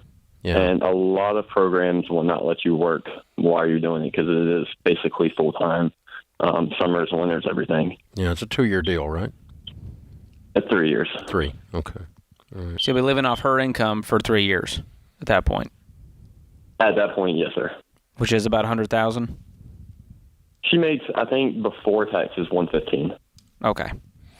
So here's what I would do if I were in your shoes. And you're fairly new to our stuff, but we've been teaching this stuff around Ramsey for about 30 years now. And basically the question we're always trying to ask is, what is the shortest distance between where you are and wealthy? And not because rich is everything or something like that, but, what is the fastest right path? Now, not the shortest distance, but the fastest right path that doesn't bankrupt you or put you at high risk or something like that. So what we do know is that the number one key to wealth building is to free up your largest wealth building tool, which is your income. So avoiding debt and getting out of debt and staying out of debt is going to be a solid tenet that all of our data and experience leads us to. So in your situation, what does that mean? It means I'm paying off your car today. Okay. Now you're debt free, but the house. Okay. Yes, sir. And then when you all are married, you're going to have a $200,000 plus your income until you go back to school. I'm going back to school when I can map out how between my income now and her income later, we can live in cash flow school, no debt. Nurse anesthesia is a great career field. The ROI on that degree is excellent in most cases. Yes, I strongly recommend you do this, not just because you like education, but because you will make a lot of money for the money you spend. However, having said that, you know, and I know, that the school you can go to, there's a wide spectrum of expenses.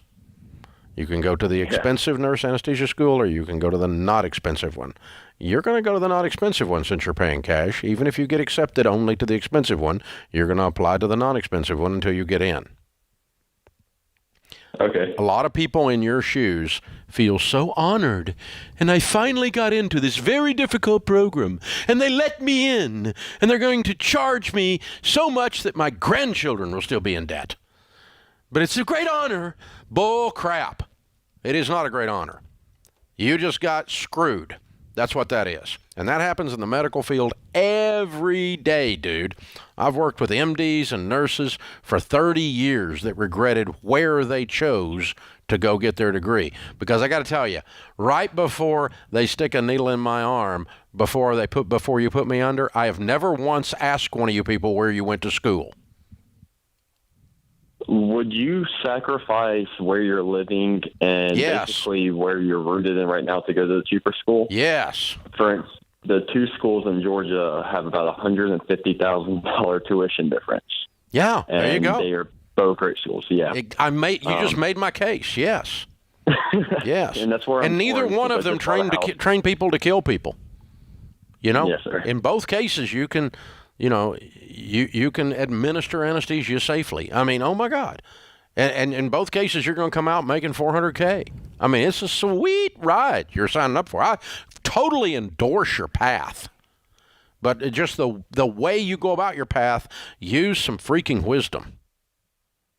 Yes, sir. And you do that, man, you're going to be lining up this thing up. So it's pretty simple. Y'all make a couple of $100 a year. You get the cars paid off. You guys, you pile up money. You just stack cash, and then you get married. You stack more cash, and if you start spring of 24 instead of fall of 23, and you go to the right school, you can cash flow what I'm talking about here. You got the money coming in. You can stack the cash. I can hear the numbers.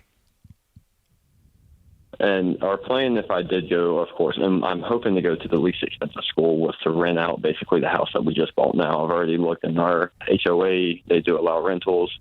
And basically, so we won't have to sell this, keep the property, and it'll be fine, or it'd be okay to sell it. Be okay to sell it. There's a lot of houses. A lot of houses in Atlanta. You can get one when you come back. You're gonna be gone 3 years, and while you're studying, while you got your nose in the books, you may not want to be screwing with renters. I don't know. And so, what about the cash that I have now? Should I just keep saving it, or should I start? Pay off the car. Pay off the car today and stack cash. We're going to go get our. We're going to go be a nurse anesthetist, and we're going to pay cash for it. And I got to stack cash. My whole life for the next 18 months is stacking cash. That works for me. I can eat chicken and rice daily. Hey, man, game on. You're right on. Because, see, you come out with no debt, dude, with what you're going to be making, what she's going to be making, as young as y'all are, you're going to be so freaking rich, it's going to be unbelievable. Yeah, that's kind of what we're hoping for. Yeah, because you didn't handcuff yourself. Yeah, and you put yourself in shackles, the shackles of slavery, on the way in. I've got family who's in the CRNA program now in med school, and seeing the amount of debt they are in, I can't breathe. I mean, we're talking $500,000 in debt. Unbelievable. And so seeing his situation where it's very much possible to cash flow this whole experience and be making $350 household income with no debt, it changes everything. Yep, absolutely. Absolutely. So here's the thing. Hang on. We're going to sign you up for Financial Peace University. You and your fiance go through as our guest, and we'll figure out what we're doing then. So sign up for Financial Peace University. Hang on. Austin will pick up, and we'll get you doing that as a wedding early wedding present. Get you guys going in the right direction. So it's incredible. Well, I think we saved him from whole life and med school debt. Who knew it could happen all in one day? That's pretty cool. I think we actually got that one. That's incredible. I think I heard the light. Our work is done for the day. We've done our good deed. I think we did our job for the day. And saving them from whole life might be the best. I mean, that just makes me happy. Oh, goodness gracious. Those guys will pester you to no end. That's just so fun. There's a lot of fun going on in that call. This is the Ramsey Show.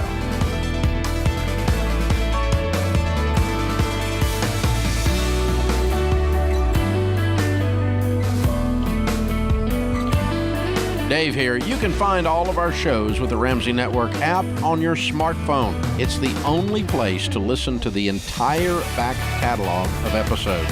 Download the Ramsey Network app in your favorite app store today.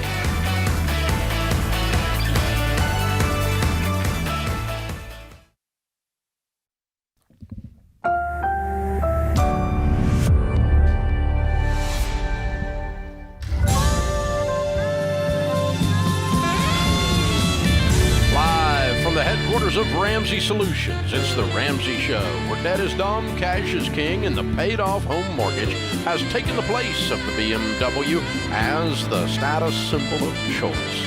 George Camel, Ramsey Personality, is my co-host today. We help people build wealth, do work that they love, and create actual amazing relationships. Thank you for joining us, America. We're glad you're here. Phone number is 888-825-5225. You jump in and we'll talk. James is in Chicago. Hi, James. How are you? Hello, sir. How are you doing today? Better than I deserve. How can we help? I love that. That's a great line. Better than I deserve. So I'll be honest. Probably 2.5 years ago, I'd never heard your name. And then I just watched some videos about you talking directly to Americans. And I'm like, wow, that guy seems to get it. And I'm not, I only listen to you when I'm in my car, when I'm driving. But I just want to ask you a couple questions specifically about term life insurance. Okay. Unless I'm mistaken, I think that you and I believe that term life insurance is a much far better option than permanent or whole insurance. And that being said, the world of term life insurance has changed a lot in the past several years. We now have platforms you can go on and ostensibly get approved for life insurance in 30, 40 minutes, maybe, 24 hours or 48 hours, no medical exams, no blood. And then, of course, you can get a fully underwritten policy, and the consumer, I believe, needs to be able to ask and answer questions about what's important to them. If they don't care about the getting a policy and doing paperwork in 90 days, then that's fine. But if they need insurance for whatever reason, today or tomorrow, then these kind of instant decision, instant approval, policy today, sign today, options are better. I guess my question, Dave, and again, I would say you've forgotten more about term life insurance than I know. But my sense is that that maybe the policies are different. You go to the exact same company, the exact same carrier, and get a instant decision or simplified issue, 48 days, 40 minutes, whatever. And it's really like a premium question. How much are you willing to pay? Right. So that you don't have to have the doctor come in. You don't have to have the nurse practitioner come in. And you might be willing to pay more. And last thing, I'll let you talk, is my sense of it is that because I've got 4 children, and that these Gen Zs and millennials don't want to deal with paperwork and brokers and going into a broker's office, as you probably remember when I think we're probably a similar age, and doing everything online is of high value to Gen Z and millennials, and they may be willing to pay more and not have to go through all that rigmarole. I'm very curious as to what your thoughts are. Yeah. Well, yeah, you're exactly right. The market is moving that way, and the reason that the no medical and no underwriting policies are higher, in most cases, they almost always are, is because obviously the life insurance company's taking more risk because they're going to get some sick people in the pile, and so their risk is higher, so they're going to charge more premiums for that. That's what it amounts to. And you're right, but and here's the problem. The life insurance industry is still very antiquated in general. And their ability to gather data from multiple sources on you medically and make a quick decision with actual real medical data. I mean, you may have had blood work in the last little while, doing your annual physical, but they won't use that. They got to send out their own little guy, and their ability to think outside of that and just pull it all together and make a quick decision with actual data and a low premium is probably not too far in the future, because the ability to pull data with your permission on you from several sources without you having to have a medical exam, a physical medical exam to get life insurance, and their ability to underwrite the thing without going through the laborious manual tasks that they do is in the not too distant future. And we know that because the companies, because as you said, the generation that has grown up with a magic wand in their hand called a cell phone, that when you push a button, stuff happens, does not like when you push a button and things don't happen. And it takes a while. It takes 90 days, and you have to go through an underwriting process. And so someone's going to solve for this, and they're going to charge for it.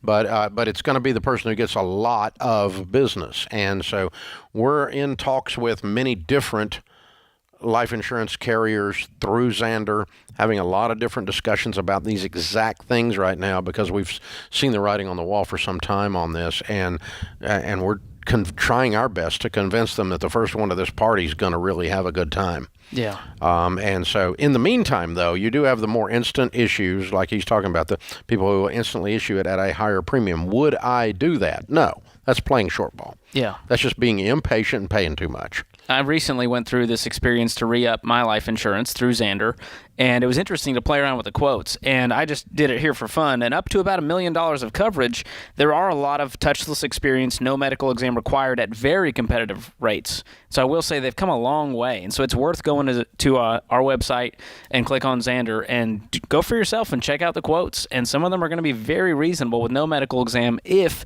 you're in good health. So they have preferred plus. If you're in one of those tiers, that's when you're going to have a competitive rate. But if you do have health issues, there's no way to skirt around the system. And you lie about them, the insurance is invalid. Exactly. It's called fraud. So we're not talking about that. But if you are in good health and you want to go with this route. So, I mean, if you're doing a new medical and you know you have a medical and your doc knows you have a medical problem and you don't claim it and you go take a preferred rate as if there's nothing wrong with you, that's called fraud. They will not pay on that when you die. So don't screw around with this. You're not going to fool them. Yeah, don't screw around with this. It's not a thing you can shyster your way into. Have some integrity here. But yeah, James is onto something there. He obviously knows the business and knows the vibe of what's going on. But for today, I would not pay substantially more. If we can get you through Xander, if we can get you an instant or a quick, with no medical, and you don't have to lie to get it, don't be defrauding somebody, and it's a competitive rate, then yeah, that's fine. There's no advantage for that, especially when it's a name like Protective or AIG or some of these I'm looking dogs. at right here, Lincoln. Those are all major names. But as a millennial, let me speak. They came to the house, they took the blood. It was no big deal. I understand. I'm an Amazon Prime member too. I like convenience, but this wasn't a big deal. So get it done. It's worth it. You heard it here first. There it is. There's your testimonial. They came to the house, they took the blood. This is the Ramsey Show.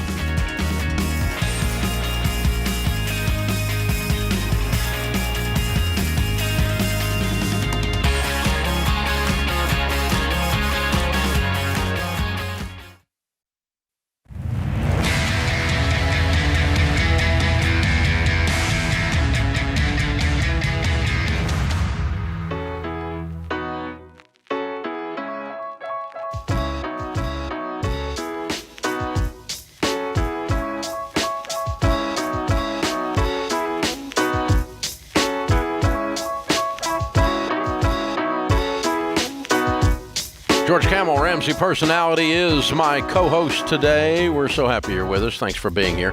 Hey, parents, there's a lot you can't control. You can't control inflation. You can't control the economy. You sure as crap can't control Washington. But you can control how you teach your teens to face life. And the sooner they learn, the better. The best thing you can teach your teen this year is how to handle their money the right way, like how to budget, how to save, how to spend wisely, how to be generous, how to stay out of debt, and foundations in personal finance. Our high school curriculum is in homeschool form as well. It'll give your teens the tools they need to win with money, to pay cash for college and stay out of debt. It's not just another homeschool curriculum. It's completely changing how teens think about money, and it can change how your teen thinks too. So this school year, give your teens the money skills they'll need now and for the rest of their lives with foundations in personal finance. Go to RamseySolutions.com/homeschool. That'll get you there. Our question of the day comes from Blinds.com. They have a 100% satisfaction guarantee, and that means even if you mismeasure or you pick the wrong color, they'll remake your window blinds for free. If you screw up, they'll fix it for you. That's pretty cool. You got free samples, free shipping, new promos all the time. Window blinds, the best there is. Blinds.com, great company. Use the promo code, the magic word, Ramsey. Today's question comes from Annabelle in Louisiana. She says, I'm from Louisiana, and the one thing I know for sure is that I don't plan to retire here. Other than personal preference, what are the most important financial considerations to look at in potential states to retire in? Any guidance would be greatly appreciated. That's a great question. So she's looking about as southern as you can get. Annabelle from Louisiana. Oh my God, I love that. That's fabulous. Sweet tea. What do you think? Well, I think about things like income tax, of course. Me too. And the other side of that is property taxes, because those can be very expensive depending on where you live. Mm-hmm. So I would factor those two into my equation. Also looking at quality of life. You don't want to just live somewhere because, Alaska may be great. Well, she said the the most important financial considerations. I assume she's going to, want to live in a nice area as well. Something, if she likes the mountains, she'll be in a mountain range, that kind of thing. Likes the ocean, she'll be near the ocean. Whatever it is that, that you want to be around in your retirement years. The first thing that comes to mind is if you hate the place, go ahead and move. Don't wait till retirement to be happy. Okay, that's silly. Just make your life somewhere else. Don't spend 2/3 of your life somewhere you hate. There's so many things. There's so many possibilities for me to disagree with something in Tennessee, but I love this state. I have no desire to live anywhere else. I really do. I love so much about it. And only part of that is because of the financial reasons. Right, financial, but it's just beautiful. I mean, it's a diverse everything. I like it. There's a lot going on here. So, big fan of my state. So, but if I wasn't, I would leave. I hate Chicago, but I'm going to stay in Chicago my whole life. Well, don't do that. I hate Louisiana. Leave. If you love Chicago, stay in Chicago. If you hate it, leave. I mean, something for everyone. Yeah, there's just don't do that. So that financial considerations, though, Georgia's right. You want to check your tax issues.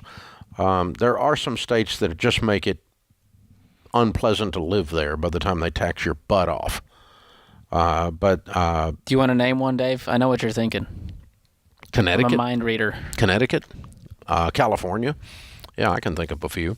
New York. Yeah, people leave New York all the time because of it. So, as a matter of fact, we've seen 1 million people leave New York and the migration and California, just those two states in the last 18 months or so during the pandemic. So, pandemic adding to the crap. So, but our political garbage around the pandemic, not even the pandemic. It wasn't like the pandemic was worse there. Just the government was more stupid there. And so, anyway, there's that. That's another consideration is how the government behaves in that state as to whether you want to live there, because you're going to have all kinds of law and order issues. You're going to have in your retirement years. You're going to have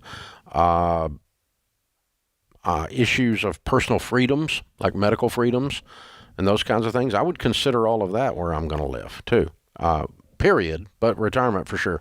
Yeah, stay out of an income tax state. There's no reason to be in one. There's plenty of states that don't have an income tax.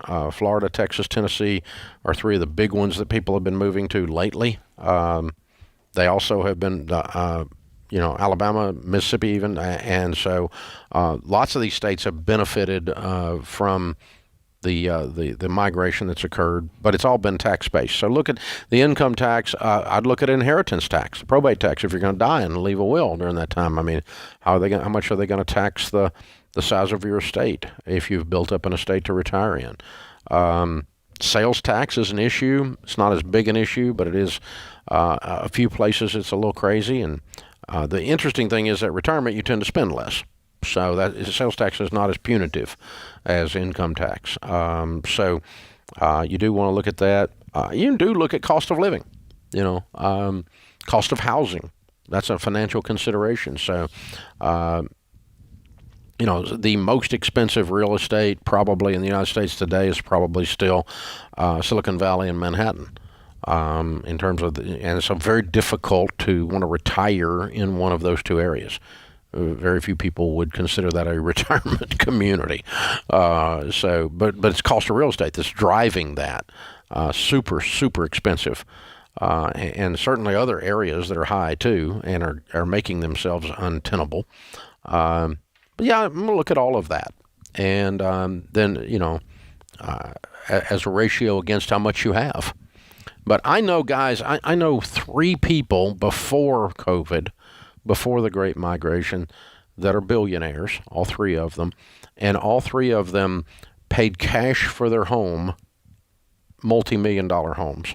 And one of them was a lot of money in Nashville for the taxes that they saved in 1 year from leaving California. Wow. All 3 of them left California to not pay income tax there anymore, billionaires. And all 3 of them paid cash for $10 to $30 million houses, and that was the savings in 1 year. Wow. From moving. And so that's and all of them in their 60s, 70s, and 80s, that kind of thing. So those are retirement moves that were happening prior to COVID. And 2 of those 3, you would recognize. A lot of people would recognize their names if I said them.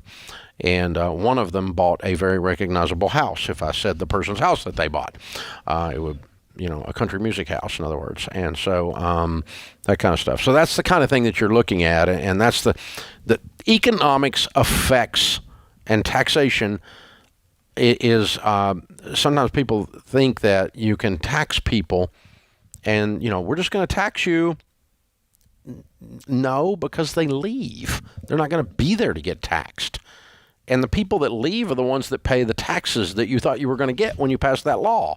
And so the people that are left are the people that don't pay much taxes. So Shooting yourself in the foot. It really doesn't work. I mean, when in a state situation, United States, you got to decide if you want to leave the United States of America or not.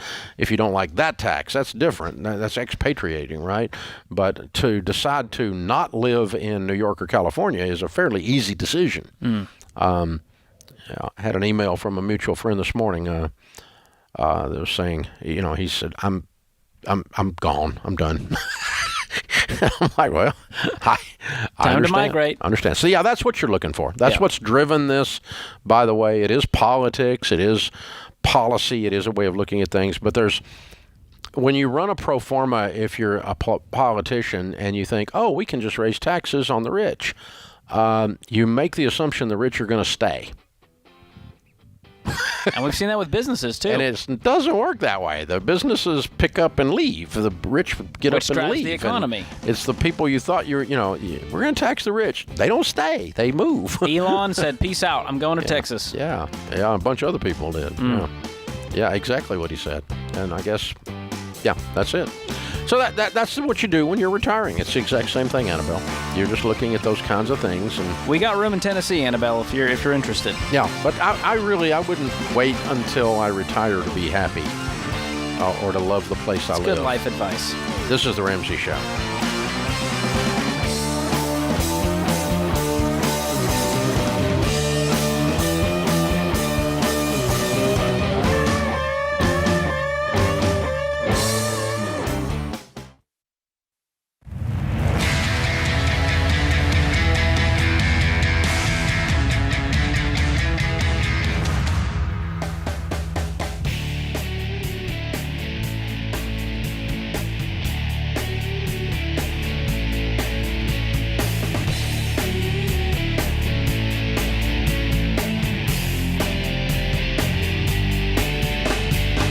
George Camel, Ramsey Personality, is my co-host today. In the lobby of Ramsey Solutions on the debt-free stage is Alexis. Welcome, Alexis. How are you? I'm good.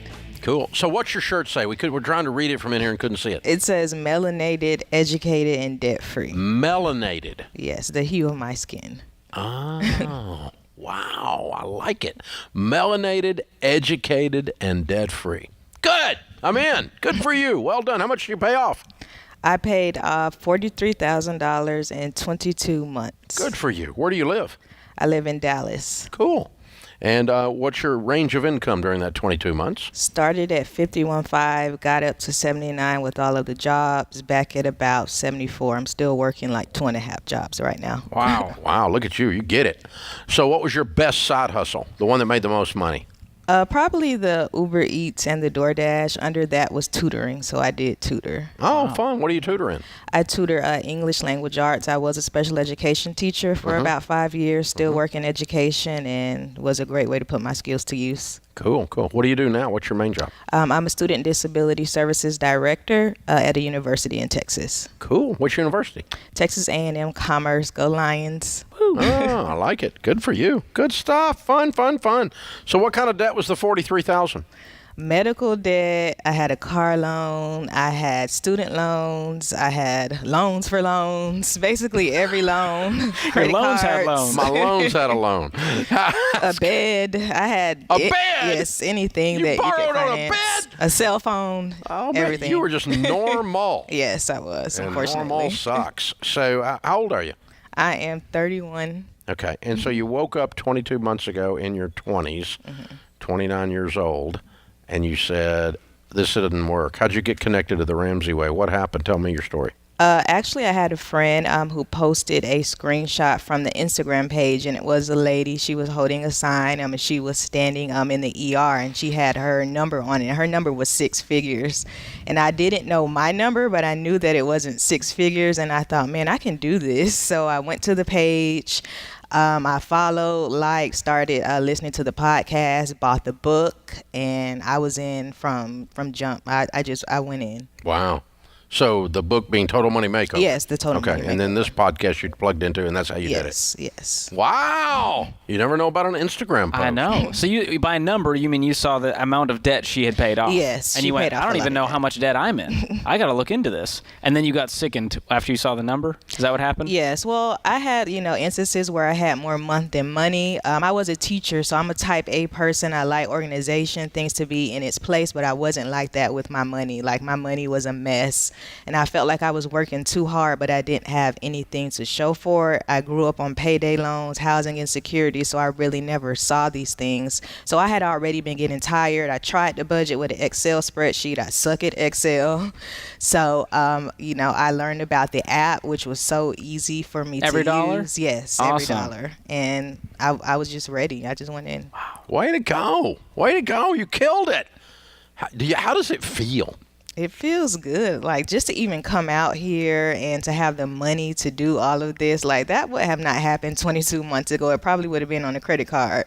So just to be able to do the things that I want to do, I mean, it feels great. Yeah. You got to feel, like, accomplished. Oh, yeah, definitely. Like you beat some of your demons down, right? Yeah, I feel like I can't be stopped. Like, you can't tell me anything. Amen. I like it. Preach it. I like it. I like it. I like it.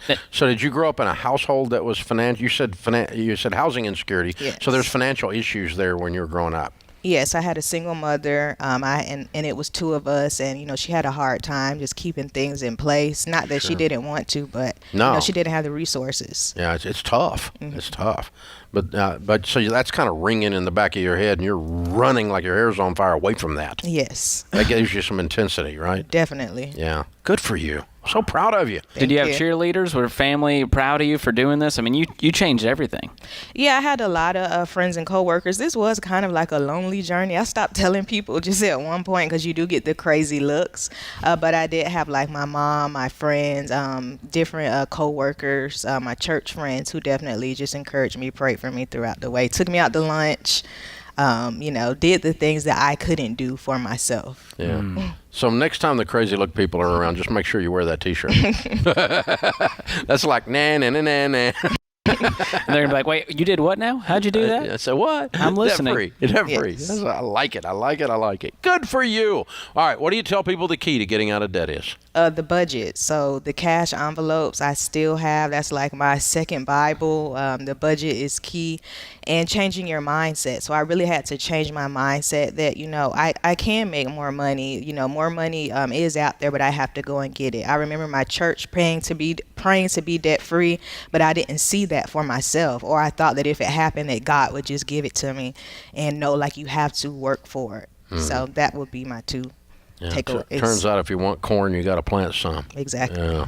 Good for you. Well done. Well done. Well done. Whoop, whoop, whoop, whoop, whoop, whoop. Well done. I'm so proud of you.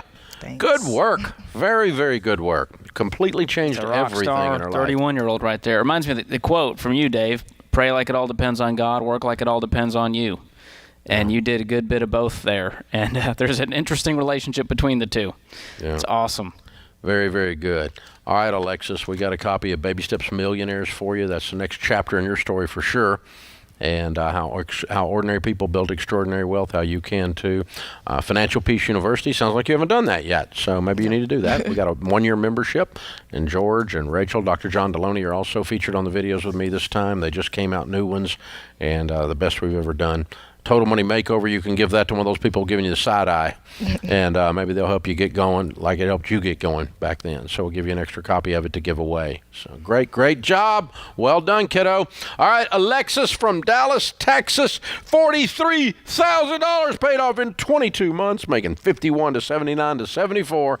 Count it down. Let's hear a debt-free scream. Thank you, Jesus. 3, 2, 1. I debt free.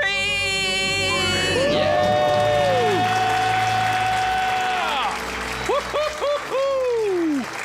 Change your family tree. Change your history to where never again. Never again. Never again. That's powerful. When you look back on your childhood or you look back on that hard time, I mean, like when Sharon and I were going through bankruptcy, American Express calls my house, asked my wife why she would stay with a man who wouldn't pay his bills. I said, that's the last time anybody in this branch of the Ramsey family is going to have to endure this. Not only are we going to get out of debt, not only are we going to build wealth, we're going to teach the next generation. It's the last time. The chains are broken. We're never going back. And that's what she's looking at in her rearview mirror. And her mom worked her tail off, did everything she could as a single mom, but still felt all the stress and the struggle that a lot of single moms face. And then Alexis has got that in her rearview mirror going, I'm running, I'm gunning, I'm not doing this. I'm not going to repeat. We're going to be in a different place. What a neat lady. She's powerful. Yeah, inspiring. Powerful lady. Very well done. Very, very well done. By the way, George, these people that say the millennial generation is useless and can't do anything, we see the most powerful millennials anywhere on these stages. I see you and raise you one, Alexis, right there. There you go. Boom. That's it. Yeah. So we've got, we've got the young 28, 29, 30, 31, 32 couples, sometimes singles in here, and they're the smartest and the hardest working, the most passionate. And so, you cannot lump an entire generation under some stereotype. It just doesn't work. There's deadbeats in the boomers, and there's deadbeats in the millennials, and there's snowflakes in every one of those generations. People that think they're special and just are good for melting. And then there's the ones that get up and get after it. They're the ones that do stuff like her. There's the ones that make it to the debt-free stage right here, and we celebrate those people. Well, and they make it to so much more. I mean, listen to what she's doing with her life. It's just amazing. Beautiful, beautiful lady. Transformation. Very, very cool. This is The Ramsey Show.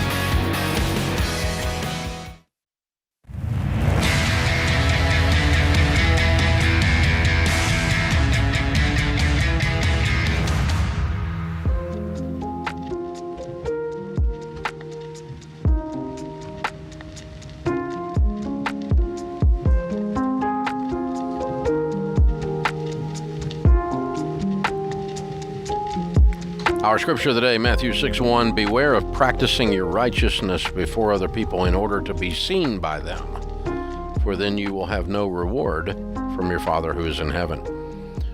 Mr. Rogers, Fred Rogers, said the media shows the tiniest percentage of what people do. There are millions and millions and millions of people doing wonderful things all over the world, and they're generally not the ones being touted in the news. That would be true. Pretty much guarantees you're not going to be in the news. Not exciting enough. You got to stir up something. You got to stir up a ruckus to get in the news. Dominic is with us. Dominic is in Denver. Hi, Dominic. How are you? Hi, Dave. How are you doing today? Better than we deserve. What's up? Dave, my question for you today is I'm trying my darndest to become a baby step millionaire. And just wondering if was saving 15% of my income towards retirement. I had stopped that for a while, but been actively doing that for about 2 years now. And the way I've set up my budget, I've been able to actually increase that to 21%. And I'm wanting to know if that's gonna do the job. How old are you? 40. Okay. What do you make? Currently making 72 a year net. That will be going up though, and I'm planning hopefully to retire by the age of 55. Mm-hmm. Okay. So you're saving about $15,000 a year.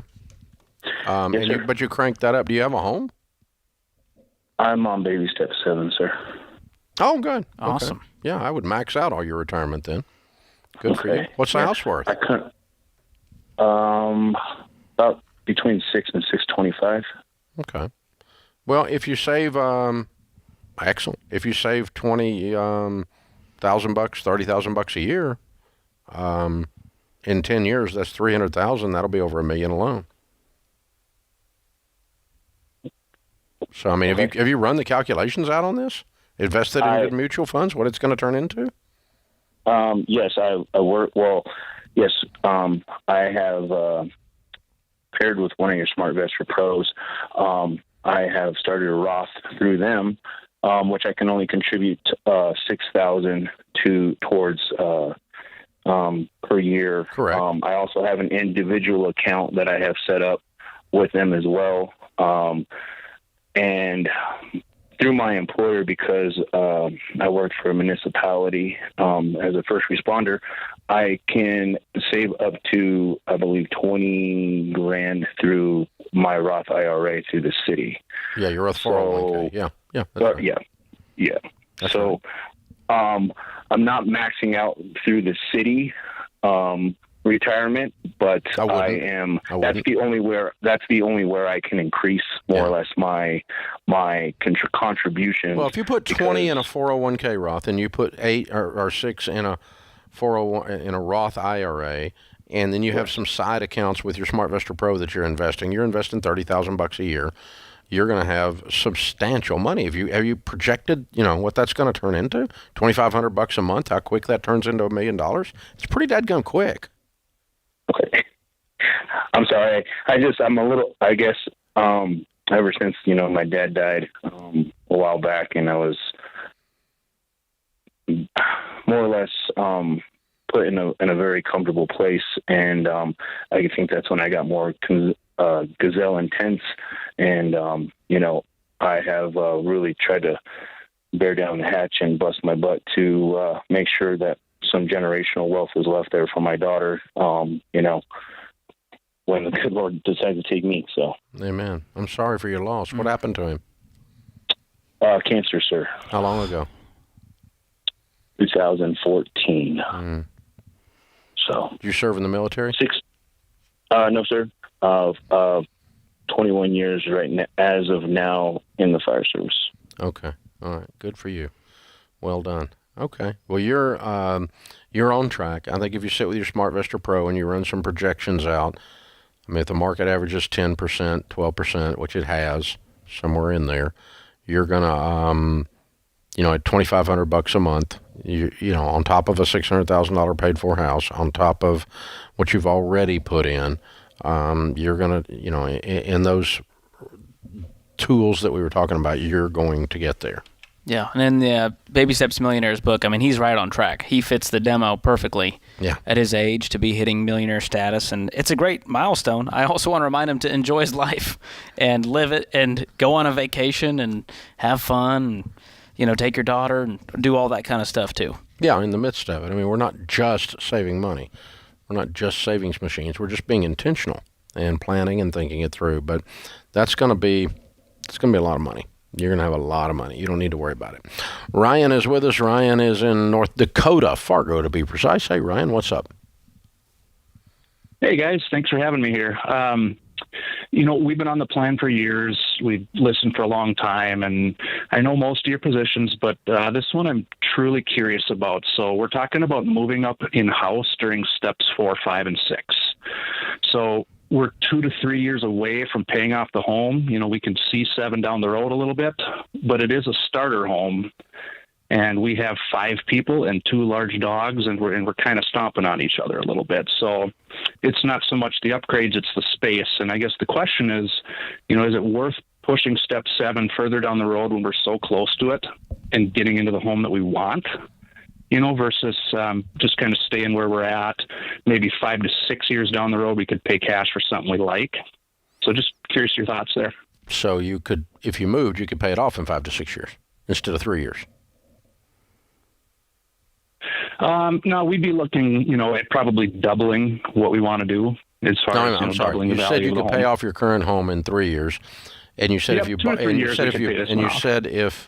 paid cash for the upgrade, you could do that in 5 to 6 years. If you could pay cash for it, you could pay it off. It's the same numbers. Sure. Yep. But I guess inevitably we would be taking on mortgage for longer. No. By doing that. No, you still misunderstood me. Let me try one more time. Okay.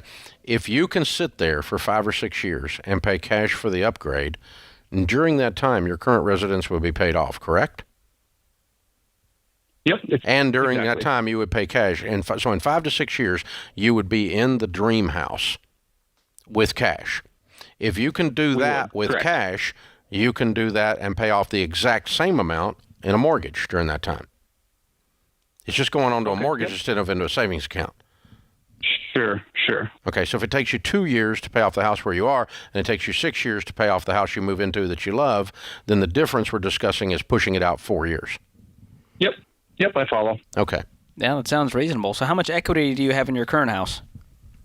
175. What's your household income? Probably pretty close to that same number, actually. And you're talking about moving into what price range? 400-ish, Yeah. Maybe 500 max. How old are you? We're 40, so, just curious where we're at in the life cycle there. You got 8, 9-year-old, 10-year-old kids? Yep. Yeah, do it. I would do it. Yeah, the family really wants it, and I'm so stuck. I want step 7 so badly. Yeah. And it almost seems like I may be the only one in the family that wants step 7 that badly. That badly, but everybody wants they want the same thing. They ultimately want a paid-for house, and they ultimately want the wealth. It's just a question of how intense we're going to be to get there. That's the only how high we're going to turn up the burner here. So let's just say out loud, Ryan, that if you stay and you pay off the house and you save up for the move up, or if you make the move now and you pay it off in 5 years or 6 years, in either case, you're still weird. Right? I mean, you're not normal. I mean, everybody else is going, how long? I'm going to be in debt the rest of my life. Yeah, we could pay off a 30-year in 27 if we really try hard. That's not you, man. You're going to be all right. You're still in the weird bucket, dude. You're fine. You're fine. I would do that if I were in your shoes. No, I wouldn't, because I don't borrow money. But within the guidelines of what we teach here, you're fine. George, good show. James, Andrew, Zach, Ben, and Austin, good show. I'm Dave Ramsey, your host. We'll be back with you before you know it. In the meantime, remember, there's ultimately only one way to financial peace, and that's to walk daily with the Prince of Peace, Christ Jesus. Do you love a good Dave Rant? Want to see the latest Ramsey Show videos going viral? Check out your favorite moments from the Ramsey Show on YouTube. Go watch and subscribe to the Ramsey Show channel on YouTube.